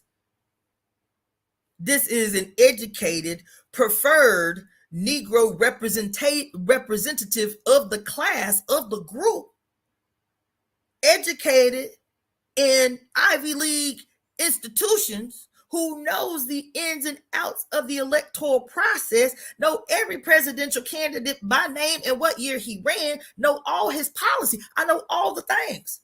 And I'm telling you, I ain't voting in this bullshit no more. I done did this shit from 1889 to 1952. I ain't doing it no more. You got it. If you gonna do it, you got it. But tell me what you're gonna win. Tell me what you're gonna win. Tell me why you doing it. If you're voting Democrat, tell me why. Tell me what you expect you about to win. If you're voting Republican, tell me why and tell me what you expect you about to win. Your black ass about to win. Because I done did the shit for 44 years of elections. I did that shit. So now you tell me what you think you about to win that I haven't been able to win as a conscious participator in the prescribed electoral process that has been force-fed down our motherfucking throats, telling us that we should be able to win something for ourselves if we enthusiastically participate in the process, and your ass ain't won shit. Your ass ain't won a motherfucking thing. That's what he said. I'm paraphrasing, obviously. Bang, bang. She don't have the potential to destroy the image of black women if she fails as a president. She is already actively destroying the image of black women. That buffoonery she be on, that bullshit ass buffoonery, buck dancing ass bullshit she been doing that we bigging up. Oh, she won. I felt that way even when she was running as Biden's running mate. The Chuck Taylors, the euphemisms, and all of that bullshit. Bitch, if it ain't you, stop fronting. And y'all got mad when the white boy asked the representative, the black woman who was the representative for the House or whatever, and they were doing interviews, and the white boy asked why she do that. The white boy reporter was like, why she be doing that? She ain't from the South. Why when she go to talk to the farm workers in the South, she got a Southern twang. Howdy y'all, how y'all doing? And she, like, we so stupid that we can't understand plain English coming from somebody who wasn't born in the South. Why she do that? That's what the reporter said. Like, why she be doing that? Like, why when she go talk to a bunch of black women, she gotta act hood? Bitch, you ain't from the hood. Y'all got mad because the white boy asked the question. But I was like, he was right on. Put that bitch on blast. What the fuck are you doing? What are you doing? First of all, anybody from the South who hears her talking like she thinks, quote, ignorant Southern people talk, and don't call her out or are not offended, thinking that she's what y'all think she just code switching so y'all can relate to her? Like, no, she thinks you're a fucking moron. She thinks you're an idiot. She playing you. And anybody who is not offended by that shit, I am concerned about you. I am concerned about you. Y'all hear me? My voice is different up and down, round and round, because I was born and raised in the South. But I had parents who were so opposed to Southern accents that they were very meticulous about how they taught us how to read and how to speak. But I was still raised in the South, so my twang comes out every now and again when I get hyped or when I get drunk. When I'm drinking, my little twang come out a little bit. You feel me? My tongue gets a little comfortable. You feel me? Everything that you hear come from me is me. all the time, whether I'm in a lecture or whether I'm talking to y'all. Everything that you hear comes from me. Thank you, Dom. It's pandering. It's gross. It's not only is it gross, it is so goddamn arrogant and disrespectful.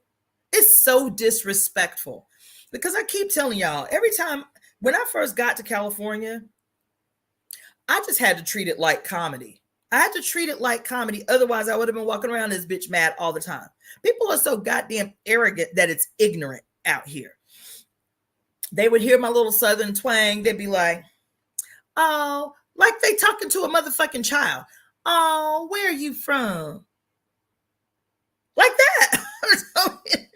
That shit happens. So, first of all, 75% of people who live in Los Angeles ain't from California. They from the Midwest. They from the South. You know what I'm saying? So you came out here and you done put on a show. You feel me? You forgot that you from the Midwest or from the South. I've met so many people. I'm like, oh my God, I would have never known that your ass was from Minnesota or goddamn, Oklahoma or some shit. Because they come out here and they really play the role because this is what is expected. Everybody's an actor. Everybody's an actor. And they feel like they have to be. They cannot. Authenticity in LA is like kryptonite. Oh my God. This damn IG. This shit, y'all.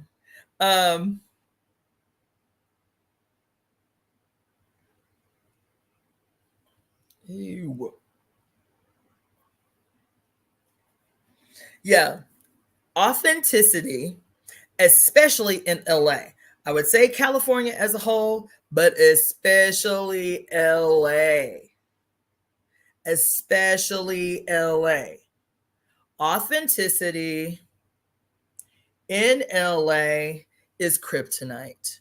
If you expect to have a career in any branch of the industry,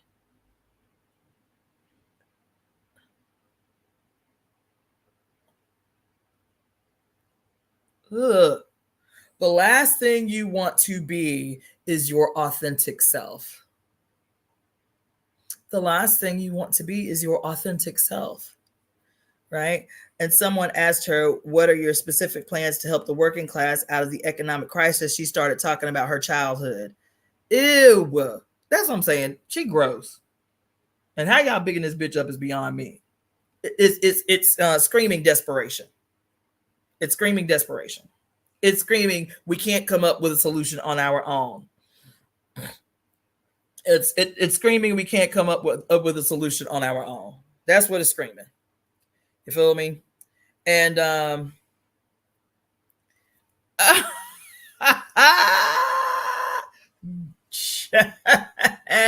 and these babies out here, listen, these young people, these Gen Zs and Gen Xers, Gen Zs and millennials and they about fed up. They about fed up. And if our old asses don't start presenting something that even resembles real ass solutions, I have a sneaking suspicion these babies about to tear some shit up. These babies is about to tear some shit up. They about to tear some shit up. Yes, they is. They like, this some bullshit. This some bullshit y'all got us caught the fuck up in. Oh my God, this phone is trash, man. They like, y'all, this bullshit y'all got us, this quandary, this quagmire y'all got us caught up in. This shit for the birds. This shit for the birds. Let's see.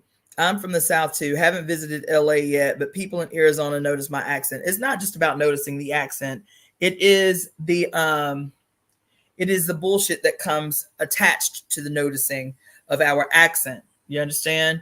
Like I said, there is this automatic, once they realize that, quote, you're from the South, this automatic infantilizing of a grown fucking woman.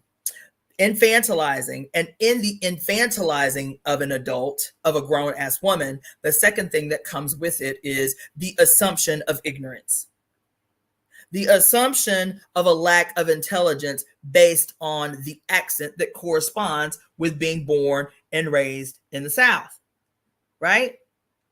And so whether I'm talking with a Southern drawl because I got a little lit and my tongue is a little comfortable. I don't say lazy. My tongue is comfortable. You feel me? I'm not thinking and directing, you know what I'm saying, as deliberately, or I'm comfortable in the company. And so my little drawl comes out a little bit. Whatever. My whole life, Black female identity was weaponized against me. Now they're trying to use it to gaslight us and wield power. Wow. And so listen, that, you know, the infantilizing, the reducing of intelligence, and then this woman who conveniently switches back and forth in her identifying with Blackness or Indianness, depending upon where she is. I don't do that. What do I tell y'all? I identify as as an African indigenous woman. I say that all the time. I identify as an African indigenous woman. I am both African and indigenous. I ain't got no problem with that. And you know, I don't claim it in the title. I claim it when it's necessary. There's a reason that my first name is Cassandra and my last name is Floyd, both being European descended names, is because of my proximity to white blood, most of which was forcibly imposed on my bloodline. White ancestry forcibly imposed on my bloodline, right? Let's see, I'm ready for it. I'm 27, I'm getting antsy. I'm tired of being lied to. Glad I caught you live. Thank you for being here and speaking truth. Thank you for being here, Zoe Noel. Greetings, Samara. Greetings for the birthday wishes from those of you who shouted me out. Appreciate you. I love you for it. They are definitely done us at our willful ignorance. Yes. So the white guy, the reporter, called her out, and in typical fashion, the Black woman was like, you know, her constituents aren't worried about how she talks. They're worried about real issues. They're worried about jobs. They're worried about the economy. Her ability to address any of those things lies squarely within her proximity of not being authentic. So one person said it was pandering.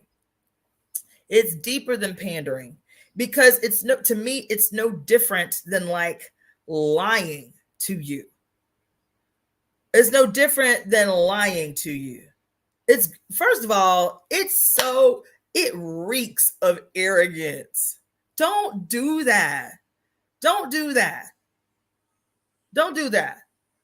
You go talk to a bunch of farm workers who are really struggling in this country because of fucking mega corporations like Monsanto and Bill Gates being the largest landholder in the United States, encroaching on their ability to survive. You go talk to a bunch of farm workers and you feel like in order to relate to them, you have to talk like this, like they're too stupid to understand the way you talk. That's so gross and arrogant, and it is fucked up. It is lying. To me, it's lying. You don't relate to us. You don't give a fuck about us. You can't even have enough common sense. You don't even have people writing for you to say, look, don't go in there with that bullshit. Make it plain. Keep it simple. Tell the truth to people. Oh, no, that's not even an option. So you're going to go in there. Howdy, y'all. Like what you think people from the South behave like. And they can't possibly relate. They can't possibly relate because they're too ignorant to. You know what we're too ignorant to do? Fight back. We too ignorant to do? Scrap this whole shit and come up with a new way of being. That's what we too ignorant to do. Then she gonna go and talk to a bunch of black women. It's like, girl, or that shit that commercial, that promo she did with Taraji P. Henson made my skin crawl. Made my skin crawl. Girl, like they on the phone. Girl, Taraji called the goddamn vice president. Hey, Kamala, girl, how you doing out here in these streets? Oh my God. No, she say, Kamala, how you doing? Kamala say, you know, I'm out here in these streets. The cringe level was through the roof.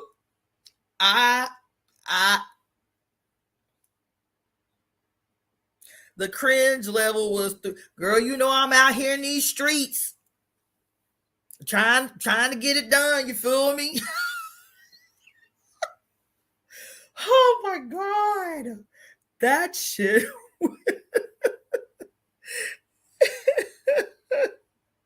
That shit. All I could do was laugh to keep from crying. Because I was mad as fuck when I saw that. And I like Taraji. Like, Taraji, don't fall for the okie doke boo. Don't do that. Or even with Megan Thee Stallion. When Megan Thee Stallion did the damn, when they announced that the girl was going to be running for president, and she got Meg Thee Stallion to do a set, and Meg Thee Stallion got a suit and tie on, calling herself being modest, and the whole suit and tie is red, white, and blue. I'm like, come on, Megan, now come on, baby. Don't do that. Don't do that. Don't get caught up in the bullshit, y'all. Don't do it. Don't do it. Don't do it. If anything, if you can't take a righteous position, bitch, play neutral. Just be neutral. But don't, oh my God, Taraji, that damn promo video, child, it was like watching a horrible train wreck. You are outraged. You just can't, you don't want to see dead bodies. You don't want to see nothing that's gonna traumatize you. But it's so epic, you can't help but to watch it. Ooh. And they pulling out all the black women. Child, they pulling out all the sisters. Every one of your heroes, every one that they can elicit the smallest bit of nostalgia from you in. Watching your black heroines, your actors that you loved as a child, your singers and your performers, all the black women who gave you some sense of like being proud and self for change, because black women catch such a hard lot in this bitch. They pulling out all them sisters, every single one. They pulling them all out and parading them before you, child, like sheep to the slaughter. They are pulling them out to betray you. They are pulling them out to get you caught up. They're getting them out. They're pulling them out to neutralize you. They are pulling them out to neutralize any energy that you would have been giving to changing this shit. They neutralizing that shit in real time. Oh, these bitches up on here think they slick. These bitches think they slick, talking about the goddess, talking about the reemergence of the one, talking about how the reemergence of the one is going to be in the body of a black bitch. Oh, they think we got something for their ass. Come on, Kamala. It's your time, child. Come on, boo. We got you. We got you, boo. It's your time. These black bitches on here talking about the great cosmic mother. Who the fuck they think they dealing with? Oh, I told you, the state know who we are. We ain't even did shit yet. We ain't even did shit yet. All I've been doing is reading to y'all, cracking y'all up every now and again. We ain't even did shit yet. We ain't even plotted and schemed yet. And they know exactly who the fuck we are. They do. Anybody up on here tagging Sibyls, tagging Oracles, tagging Great Cosmic Mother, tagging Mommy Wata. Oh, they know. These black bitches think they about to do some shit. These black bitches think they about to run some shit. Oh, we got something for their ass. Oh, we about to neutralize all these so-called goddess worshiping bitches. All we got to do is put a black bitch in, parade a black bitch. It ain't She ain't even got to be progressive. She don't even have to pretend to be progressive. She don't even have to pretend she give a fuck about them. She don't even have to pretend that she don't even have to say, I'm going to do a motherfucking thing for anybody that look like me. I ain't doing shit for y'all. She ain't said she doing shit for none of y'all. All we got to do is pull a black bitch out and we'll neutralize 90% of these motherfuckers talking about the great cosmic mother, the black primordial she. These bitches think they about to win some shit. Don't you know that's the state? Don't you know that's the Pope who pulled that bullshitting ass? Who pulled that bullshitting ass shit on CNN the other day? Who do you think he was talking about? Oh, the lady or the gentleman. They're both evil. That's what he said. That's what he said. And he said what he said deliberately. Y'all ain't ready. Y'all ain't ready. But he said what he said deliberately. He said, the American people have to choose. I know it's hard, but you have to choose because democracy itself is at stake. You have to choose, but you do have to choose the lesser of two evils. It's not my place to say which one is more evil, but I will say, because both of them, quote, are against life. But one is against the life of migrants, and to be against migrants is a sin. But the other, who was he talking about when he was talking about the other? That black bitch. The other, she is against the life of innocence, the life of babies. And we teach as the Roman Catholic Church that abortion is an assassination of life. That's what he said. He used the word assassination in the article. He said abortion is assassination. So I'm not going to tell you who to choose. But here you go. Of these two evils, which is lesser? Which is lesser? Who did he say? Because he took a position, if you're paying attention. He took a position.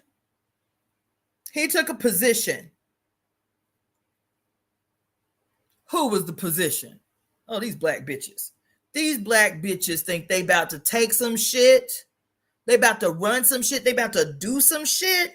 Oh, we gonna show these bitches.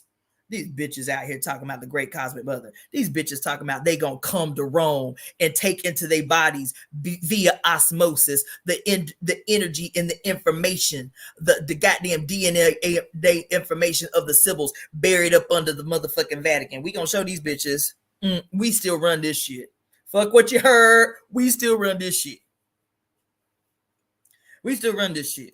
That's what he said. That's what his subtext was. Yeah, I'm gonna tell you about the lesser of two evils, but all we gonna talk about is abortion and immigration, and then you judge which is the lesser of the two evils. This black bitch talking about assassinating babies. That's what he said. That's what he told y'all. He's like, at least the orange guy. I mean, his only crime is that he's a little harsh on immigrants. It's a sin, but this is a sin that we can forgive. That's what he said. If you was listening, that's what he said. He's like, the orange guy, we can forgive. I mean, all he's talking, because this is the only thing he mentioned in the article in terms of, quote, being against life. Against life, that's all he talked about. In the height of a fucking genocide, where babies that he loves so much, because he's so anti-abortion, babies that he loves so much are being massacred in real time. Babies are being massacred in real time, but he ain't had shit to say about what's happening in Palestine. Oh, but the two evil issues is abortion, which is the assassination of life, and anti-immigration. You understand? anti-immigration. That's all he was concerned about. He didn't say nothing else. He said, these are the issues to which you have to decide. That's what he said. These are the issues for which you have to decide who is the lesser of two evils. That black bitch is the more evil. That's what he said. He took a position. But he think you too stupid to understand what he has said to the scores of millions, to the hundreds of millions of human beings in the United States who are practicing Catholics.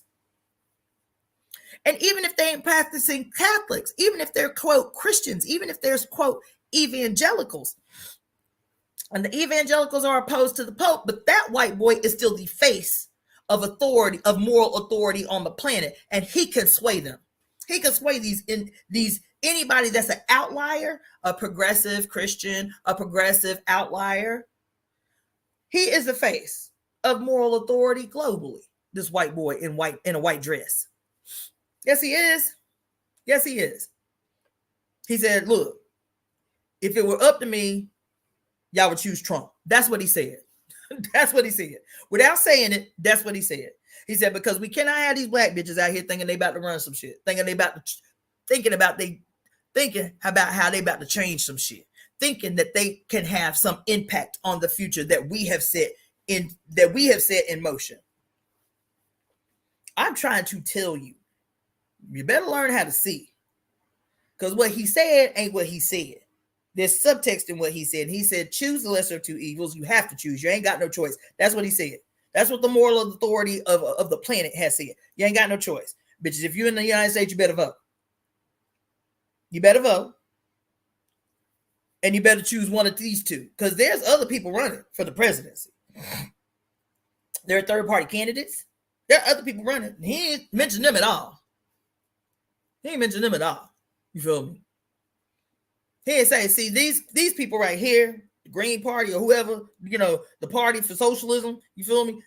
These people, what they talking about, like, we can get behind that. They ain't talk. We can get behind it. He ain't said none of that. He said, you got to choose one of these two, the red or the blue. And because the red represents the old guard, the red represents the what's the word I'm looking for? The infinite the infinite power of Zeus, the infinite power of God's chosen, the infinite power of God on earth. That's what the red represents. Right? He said, yeah, I'm gonna need y'all to choose one of these lesser of two evils. And I'm gonna tell you which one in code I think you should choose. That's what he did. That's what he did with that article. That's what he did with that little speech he just made. And then W.E.B. Du Bois was like, fuck what you heard. 25 million people actively and out loud say we ain't voting. 25 million black people, that's what he said at the time, right? 25 million black people say, fuck y'all, we ain't voting. We withdrawing our support of this fallacy, and see what y'all gonna do next. Hello, Cassandra, everyone in the chat. I got my green divine sheet. Oh shit. Oh, I might need you to come up on the screen so you can show off your earrings. Let me put the invite in the chat. I'm gonna put the invite in the chat if you feel so inclined to come on for a minute or two and show everybody your purchase. And these I made too. My little elephant earrings to draw money. I love you guys too. I love you guys. I saw that you called, Angelica. I'm gonna call you as soon as this live is over, which is in about 6 minutes. So these I made too. My little bamboo with the little bone elephant earrings. For those that don't know, the elephant is one of the emblem animals or the symbolic animals of Obatala. So I'm wearing my Obatala earrings today so I can draw in some money in Chinese medicine and feng shui. The elephant draws wealth and abundance. I'm gonna need that. Thank you, Angelica. Hopefully I'm gonna see you at the brunch today. I'll call you after I get off the call. Golden Amethyst says that she cashed at me a birthday gift earlier. Okay, thank you, darling. I appreciate you. I turned my notifications off on the phone so y'all can't hear the cha-ching. You know what I'm saying? When donations come through or gifts come through. So I appreciate that. That's so sweet. I did get a couple of Cashapp birthday gifts today. Let's see. I am so grateful for you guys. Let me see what's going on up in here. It looks like I got several. Oh, thank you so much. Cool. Thank you so much. Golden Amethyst, I got the donation. I just saw it. So anyway, I know that was it's at noon, Angelica. It's at noon. So I know. Oh, Dion, I'm gonna bring you on. I see you. Hold on, I'm bringing you on. A bonnet on. OMG. Don't mind this bonnet. You did. I just want to Get close to the screen so people can see. Oh, those look so good on you. They look so good on you. Oh, they so cute. Those are probably my favorite earrings. Those and the segment earrings are probably my favorite earrings. Oh, those are so hot. They are so cute. I appreciate you. How you doing this morning? I'm good. How are you? You look gorgeous, girl. Ain't nobody minding your bonnet. You look good. Yeah. You look good. What I Yes. tell you? What I tell y'all black women? The most honest compliments you can get are from a straight black woman and a gay man. There ain't no ulterior motives. If I say you look good, girl, you look good. Yes. Gorgeous. They are beautiful. They're beautiful. Y'all get you something. They're lightweight. They're very lightweight. They're not heavy at all. They're big, but and so they look heavy, but they're lightweight. Super lightweight. Yes. And really nice. Yeah. Perfect length. You understand? Yes. I love those earrings. I love those. Yes. I'm gonna let you get back to the chat. Yeah. Thank you so much. Thank you for the purchase. Thank you for the support. Thank you for coming on and being a model for my stuff. You feel me? I love that. Yeah, it's her birthday. Get something. Thank you so much. Yes. Happy Buy birthday. something from my page for my birthday. I like that. She's trying to get us that black obsidian off that mountain and stuff. She got a lot of It's true. It's true. Girl, see, you be listening. You understand? Yes. She's trying to get over there and, take our bags up there and sneak stuff into the bag. We need her to go get it. You feel me? I'm just saying, I'm trying to put y'all on. Yes, so we can get more stuff. So somebody buy something and get readings and everything too. And with that, I'm gonna get off StreamYard because I love you for it. Yes. I love you for it. Thank you, darling. Okay. Yo, that's what I'm talking about. She's like, look, get your readings, buy your jewelry so she can go get our stuff. That is great. I need them kind of shout outs all the time. I love her for that. Yes. Thank you, Chromatic Ribbon, for the birthday shout out. Thank you, darling. Thank you, darling. So if you are looking to get something cute, Golden Amethyst said no bonnet shaming. She looked great in the bonnet. That's all right. That's all right. It's Saturday early. This all right. So if you're looking to get something from my store, then go to DaughterOfTheFates.etsy.com. Daughter, I'm gonna put it in the chat. So those of you who are tuning in via IG, I always encourage you to tune in from YouTube, Twitch, or Facebook. But I'm still gonna give y'all the 411. If you want to see, y'all couldn't even see the gorgeous earrings she was showing off, you feel me? Or nothing. So y'all can't see the chats, which is half the fun. You feel me? So buy something from my Etsy store, which is Daughter of the Fates, Fates, DaughterOfTheFates.etsy.com. If you want to book a reading, I told you yesterday, which was Friday the 13th, also known as Venus Day. Friday the 13th, the 14th, and the 15th are huge days because of Jupiter is in conjunction. I forget with which planet because I was going to talk to y'all about it today, but I didn't because I got shit to do. But Jupiter is big money energy.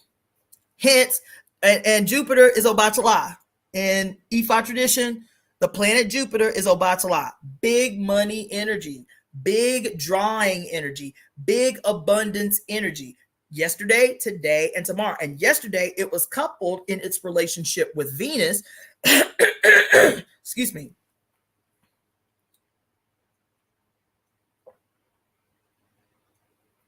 Because Venus wants you to be happy on earth. Venus wants you to be happy in your flesh. Venus wants you to be happy in your money. Venus wants you to be happy in your home. Venus wants you to be surrounded by art and music and beauty. Venus wants you to have a lot of sex. Venus wants you to be making love. Venus wants you to be touching each other's hair and rubbing each other's booty. Like, that's big energy, big love energy, big money energy. Yesterday, today, and tomorrow. Get your reading. Book your reading. You can do that by emailing me at releaseheartcenter@gmail.com. Releaseheartcenter@gmail.com to book your reading to power up on these 3 big days. These 3 big days are like, you know how like you have a like a slingshot, right? And in the slingshot is your intention. That's the rock or whatever you're using. The rock is your consolidated intention.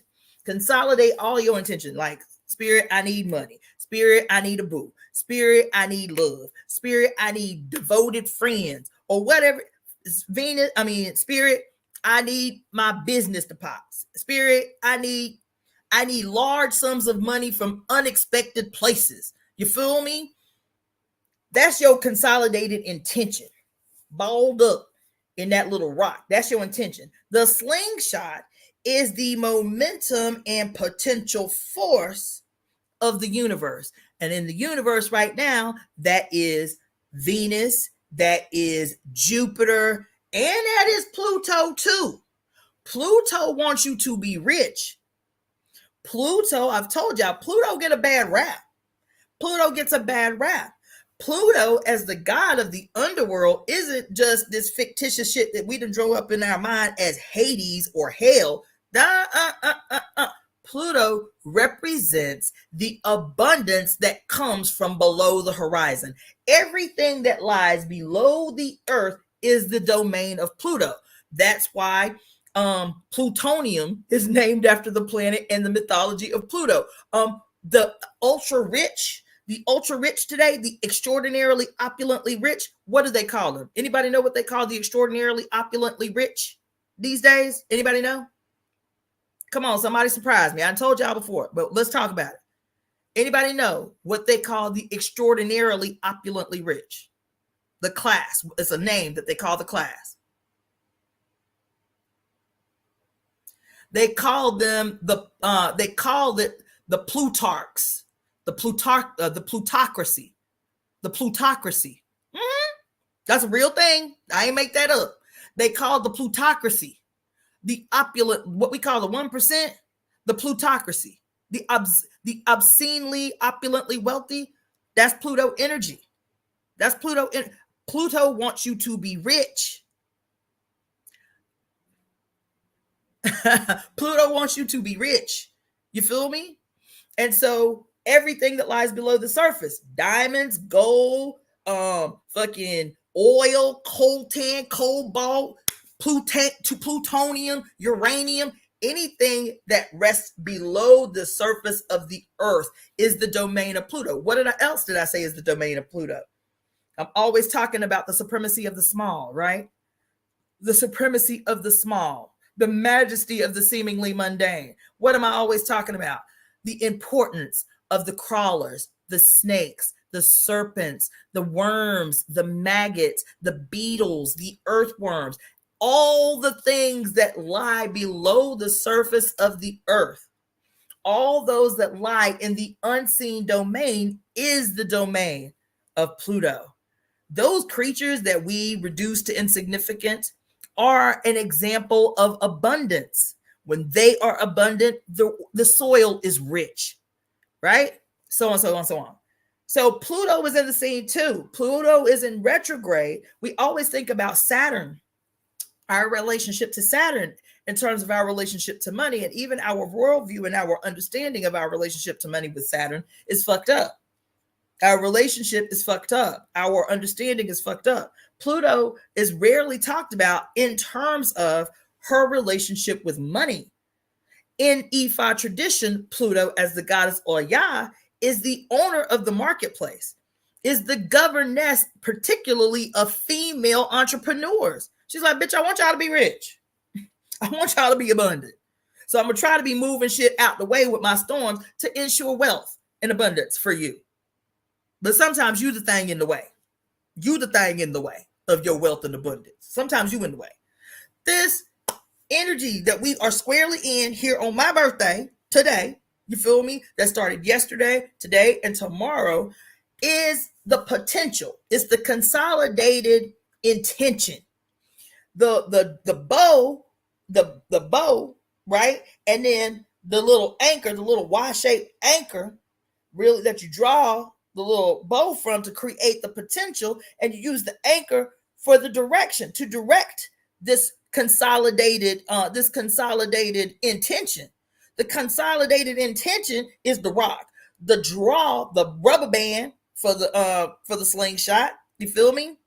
Is to create the momentum potential, and then the little wood Y frame is to direct that consolidated intention. And then you let go and hit your mark. Get your motherfucking reading so you can adequately aim. You ain't out here aiming blind and giving that potential and that intention to somebody else, directing that shit towards your opposition, back in Kamala with your intention. Oh. Your wishes and your dreams and ambitions, you done ain't blindly, and that shit, then you done gave all that shit to Kamala. You done gave all that shit to the state. You done gave all that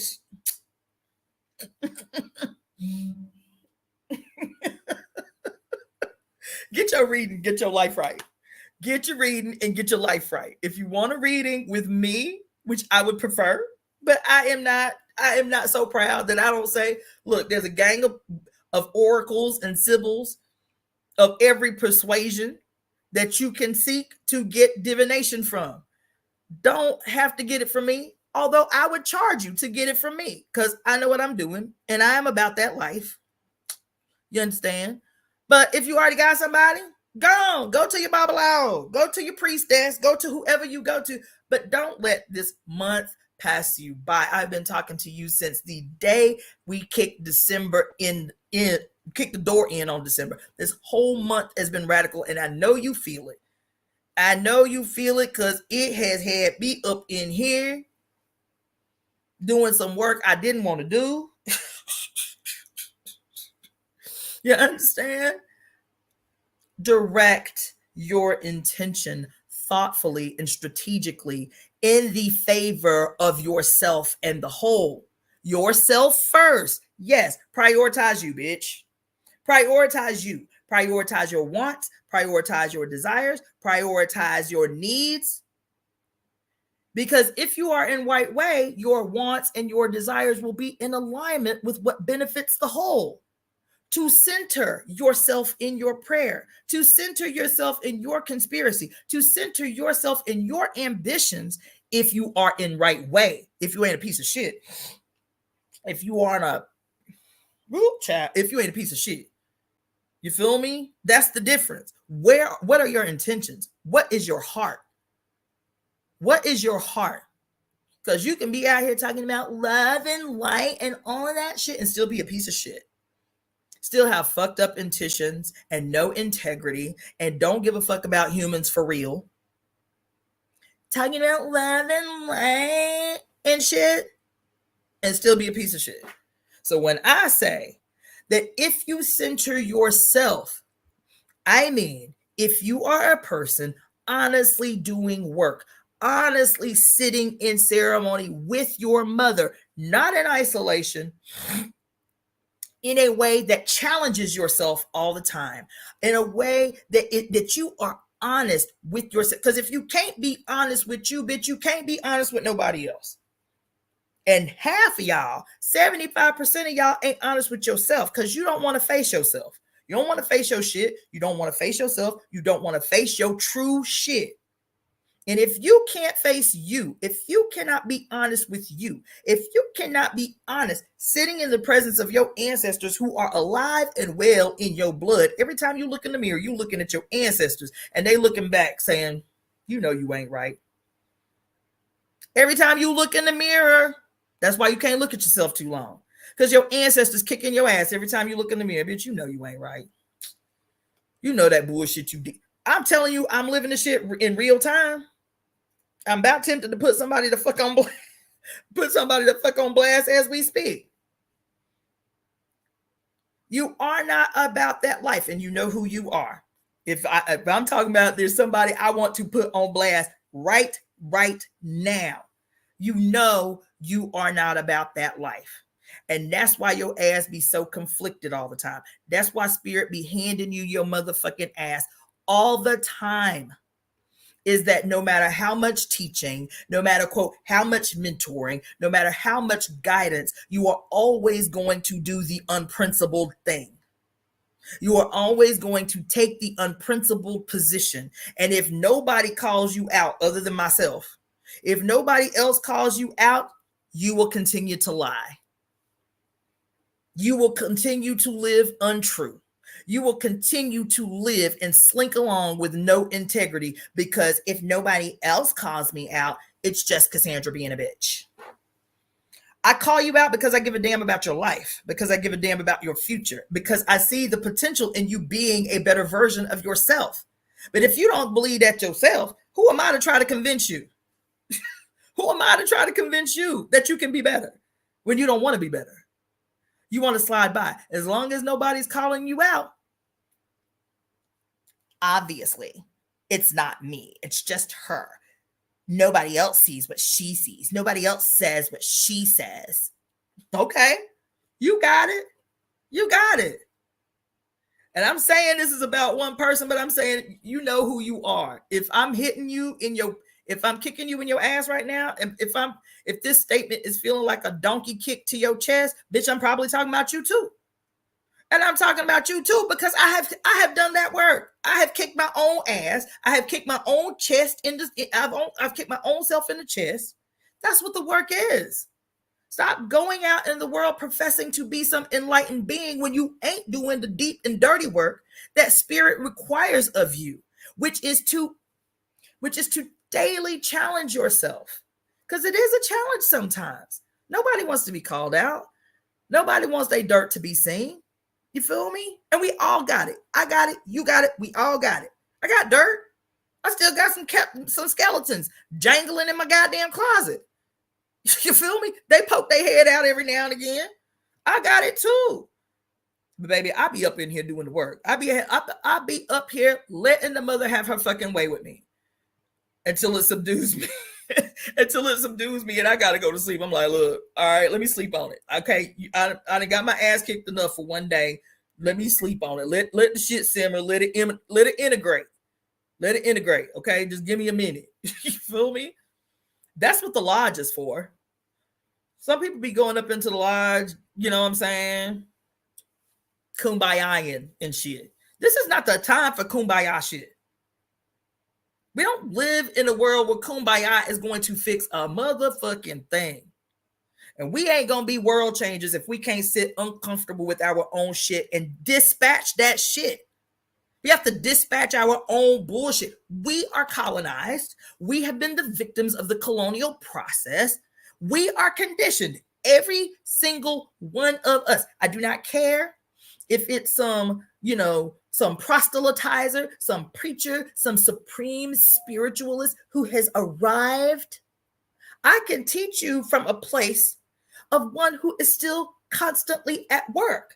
But I keep telling you guys that we are all in these spaces that are different in terms of our relationship to enlightenment. These are stages. Some people are in the kindergarten stage. of their walk through enlightenment. Some people are in the 3rd grade, some people in middle school, some people in high school, some people are in college. Some people have master's degrees and they walk in enlightenment. Some people got PhDs and they walk in enlightenment. This shit is stages. Some people are students. Some people are teachers, mentors and mentees, what have you. But even if you are a PhD level walker in the path of enlightenment, even if you got multiple master's degrees in your walk through this thing that we call enlightenment, you still got work to do. You still got work to do. You do. For me, I think I'm around like a master's degree level in my walk in enlightenment. But bitch, I still stay in here doing work because I still got work to do. And if somebody tells you they have arrived, where the fuck you arrive at? What was your destination that you didn't arrive so you can't learn shit else? We all got work to do. And the work is not ambiguous, ambivalent work. The work is purposeful. The work is so that we can be able to create and construct this world we say we want to construct. This world that is the antithesis of what is. But how we gonna construct the new, still holding on to tons of baggage that is indicative of the old?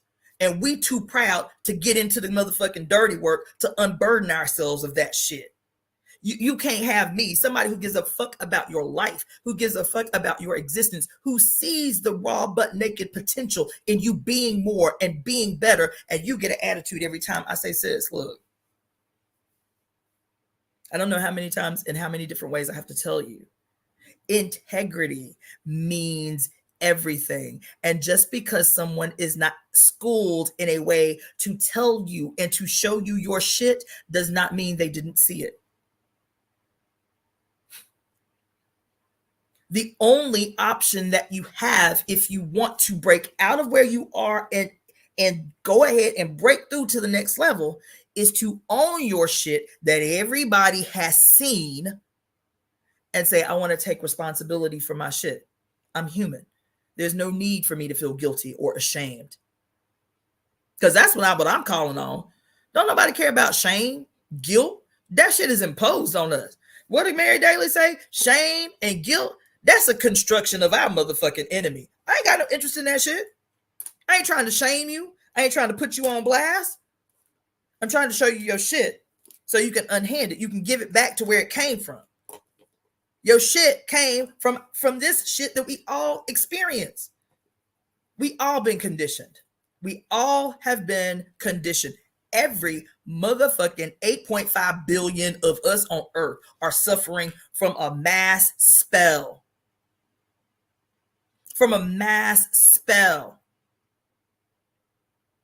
The only way to undo the impact of that spell is to trust each other enough to show us where we are flawed and recognize that there's no guilt or shame attached to it. Our flaws are evidence of our conditioning. That's it.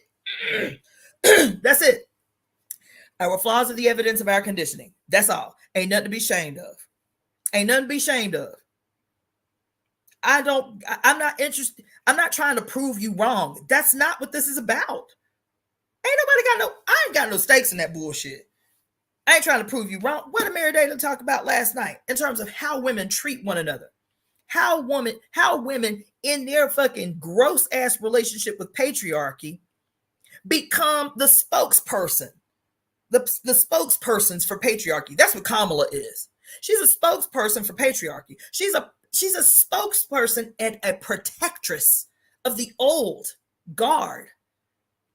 She is trying to ensnare you into participating in your own goddamn oppression. That's what she is there for. She talked about that. But if we do not trust each other, and where does trust come from? Trust is not some ambivalent thing either. I extend trust to you, and that's my flaw, and I hate to even say that. I extend trust to you because I love us. I believe right now that we are on the edge. We are on the precipice of a future that we have been fighting like hell and working to construct. I believe that future exists right this minute. I believe that shit. I ain't talking to, I don't tell y'all poetry and shit. I don't be singing y'all songs. I try to keep it blood raw because I want y'all to believe that I believe. I'm not telling you anything that I don't believe in action. Not just here. My belief is actionable belief. I believe that we have already constructed this world that we say we want to construct. We just have to meet it. We have to meet it. Do you understand? And so I try not to be offended. I try not to take it personally. I try not to get my feelings hurt. It's been something that I've struggled with for a long time. I don't say it lightly. I love us. I love us. I love human beings. All of them, every version, every race, every creed, every gender. I love us. And Che said the same thing. That the revolutionary is motivated by great love, right? The evolutionary is motivated by great love. I see our potential. I see a world where there is no such thing as a hopeless case, where someone in the society is a hopeless case, disposable. I see a world where that can be, where we are all valued, where we are all valuable, where our value is realized in real time in this world. I believe that. And so I have to be motivated by great love, even when I'm frustrated, even when people who I love hurt my feelings, which happens more often than not these days. Because for me to be Black and female and speak with force, people always take that shit personally. People always take it as some shot against them, as if they don't know me, as if my actions in the world have not demonstrated what my intentions are. I want us to win. That's all I care about. I want us to win. I want us to be victorious. I believe in our ability to be victorious, to create the antithesis of what is. I believe that.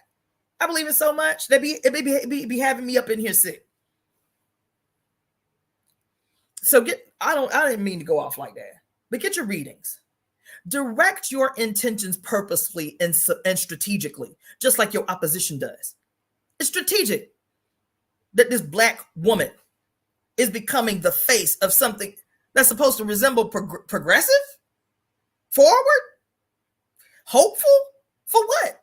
To what? To what ends? Hopeful for what? She don't even have to fake progressive action or behavior. She don't even have to feign it, because they know after all this time, we ain't even got to promise niggas shit. They just gonna vote just because we Black. Bitch, all I gotta do is wear some Chuck Taylors or some gold Trump shoes, and I nailed the Black vote. They don't even have to feign fighting for our allegiance. Nope. Sure don't. I was like, damn, if we'd have known it was this simple all the time, shit, we'd probably still have segregation and segregated schools. Shit, I ain't know it was this easy all the time. All we had to do was a little coon dancing, a little butt dancing, showing Kamala in a line dance with her chucks on. And that is all it took. That's all it takes for you to get rocked to sleep, to get coddled back into your oppressive fucking relationship with the state. That's all I got to say for y'all today. I love y'all. You understand? Let me see if there's an Oya's power. I can hear her calling out through you. I appreciate that so much. I love it for it. Thank you for the birthday wishes. Thank you for the donations. If you need a reading from me, email me. Email me at releaseheartcenter@gmail.com. I will be doing mostly readings tomorrow. Today is my birthday and I have a wedding to go to. And so today I might be able to get one in It's unlikely, I'll be honest. But tomorrow, all day. Monday, all day. Then again, we have on the 17th, Tuesday. So yes, yesterday, today, tomorrow, Monday and Tuesday and Wednesday. And then again on Sunday, and 24 hours before Sunday and 24 hours after Sunday. So really, from today until the 24th is optimal prime time to get your readings. We are squarely in the impact of eclipse season. This eclipse happening on Tuesday, the 17th, this eclipse in Pisces. That's why your dreams have been fucking you up. Man, my dreams, y'all. Goddamn. Woo! These dreams ain't been no joke. But we squarely in Pisces energy, the eclipse, the lunar eclipse in Pisces, the lunar eclipse in Pisces happening on the 17th. Right after that, we have the fall equinox. Right after that, not even 10 days after that, we have the solar eclipse on October 7th. Boom, boom, boom, boom, boom, boom, boom, boom, boom, boom, boom. Back to back, huge shit in preparation for the October surprise. Cassandra, have you got any videos that discuss marriage? I'm against it and have been for most of my life. I don't think so. I was hanging out with Beyonce last night. Wait, what? What you mean you was hanging out with Beyonce last night?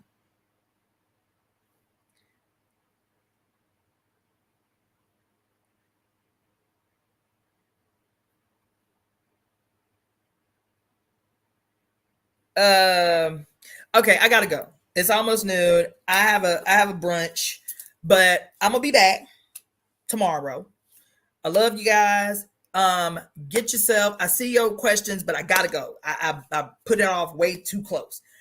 If you have any questions, email me at releaseheartcenter@gmail.com. If you want to get a reading within the next however many days I told you that are optimal days, releaseheartcenter@gmail.com. I respond right away, usually within a few hours to 24 hours.